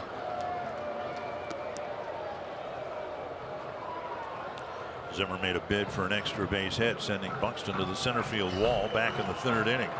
Buxton made a great catch. A base hit followed, so that was a run saved right there for the Twins center fielder. Slider right here at his back foot. Just get it down. Swing over the top of it for strike 3. A high fly to right center field. He just got under it. Grossman calls for it. 1 down. Not sure Kinsler threw that pitch where he wanted to, but Zimmer skied it into the air. 1 down. Not at all, Richard. It was just up enough. Too high. Too high to hit. 1 down, and now Austin Jackson. Jackson's first time facing Brandon Kinsler. The conversation we were having last night, where he was in the training room doing his exercises, and Castro didn't know that Kinsler. I was talking about the draft and what the process was, and how scouts work extremely hard, harder than we give them credit for. And Kinsler was like, yeah, they had to go to the bushes to find me, and I was like, yeah, they go to the bushes to find a lot of guys. And he was like, well, I was in independent ball for 2.5 years, and Castro didn't know that, so that created a conversation in itself. And I said, that's why he's so bitter, because he was in independent ball. 2-0 to Austin Jackson.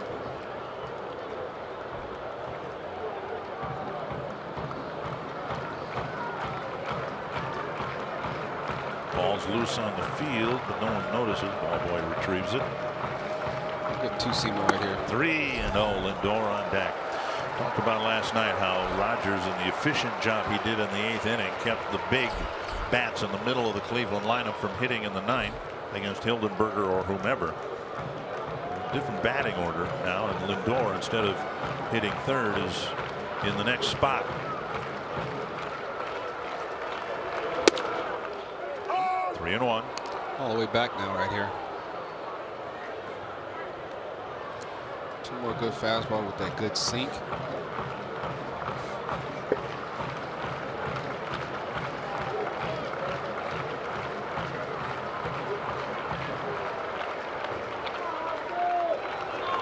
Chopper to short. Polanco 2 down. And Lindor will hit with the bases empty. That's a good thing, right? With Kipnis in the on-deck circle. So the count right there, 3-1. It was 3-0. Threw a good 2-seam fastball for a strike. And threw another good 2-seam fastball. Jackson was in swing mode right there. Was able to get him to beat that ball into the ground, right to Polanco. Easy 6-3 out right there. I think a ground ball double plays all the time. Pitcher's best friend.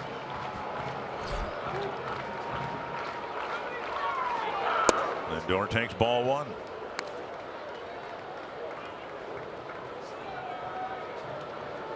Lindor was left in the on-deck circle last night. Lindor's had one at-bat against Brandon Kinsler in his career. To left center field. And that'll run all the way to the wall. And Kipnis will have a chance. Lindor pulls up at second. And now Kipnis to the plate, representing the tying run.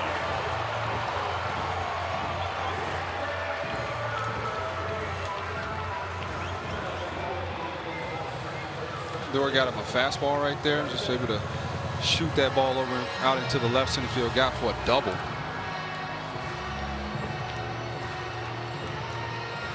That pitch, if he tried to pull that ball, he's gonna pull it to the second base for a ground ball out, but he was able to shoot that ball into the gap out there.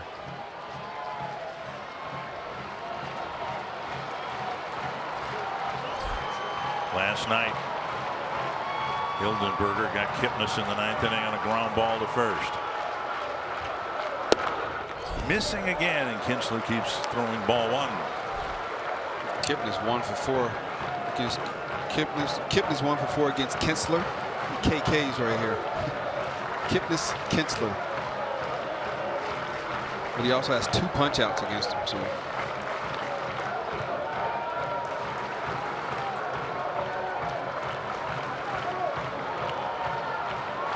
Oh, how I remember that guy banging on those drums out there.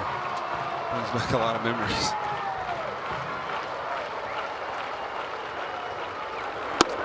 Two and oh.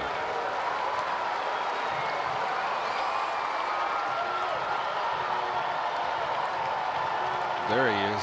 He's been doing that for 25 years, I think, or longer. Just beating on the drums, trying to get a rally started. 2-0 to Jason Kipnis. The pitch right here, Kinsler. Line to center. We got a man right there. Buxton dives to end the game. Byron Buxton with a great diving catch. And the Twins pick up their 38th win of the year, and on so many levels, the unlikeliest win of the season. Buxton, if I don't get any hits, you don't get any hits. I love it. The Twins, who were swept by Cleveland in Minnesota, have won the first 2 in Cleveland. 2-0 fastball right there. Kipnis hit it on the screws, but he hit it to the wrong guy. And the Indians, through the first 2 games of this series, are 0 for 15 with runners in scoring position. And Tom Hanham and the Twins have answered the bell here in Cleveland and now sit just a half game out of first.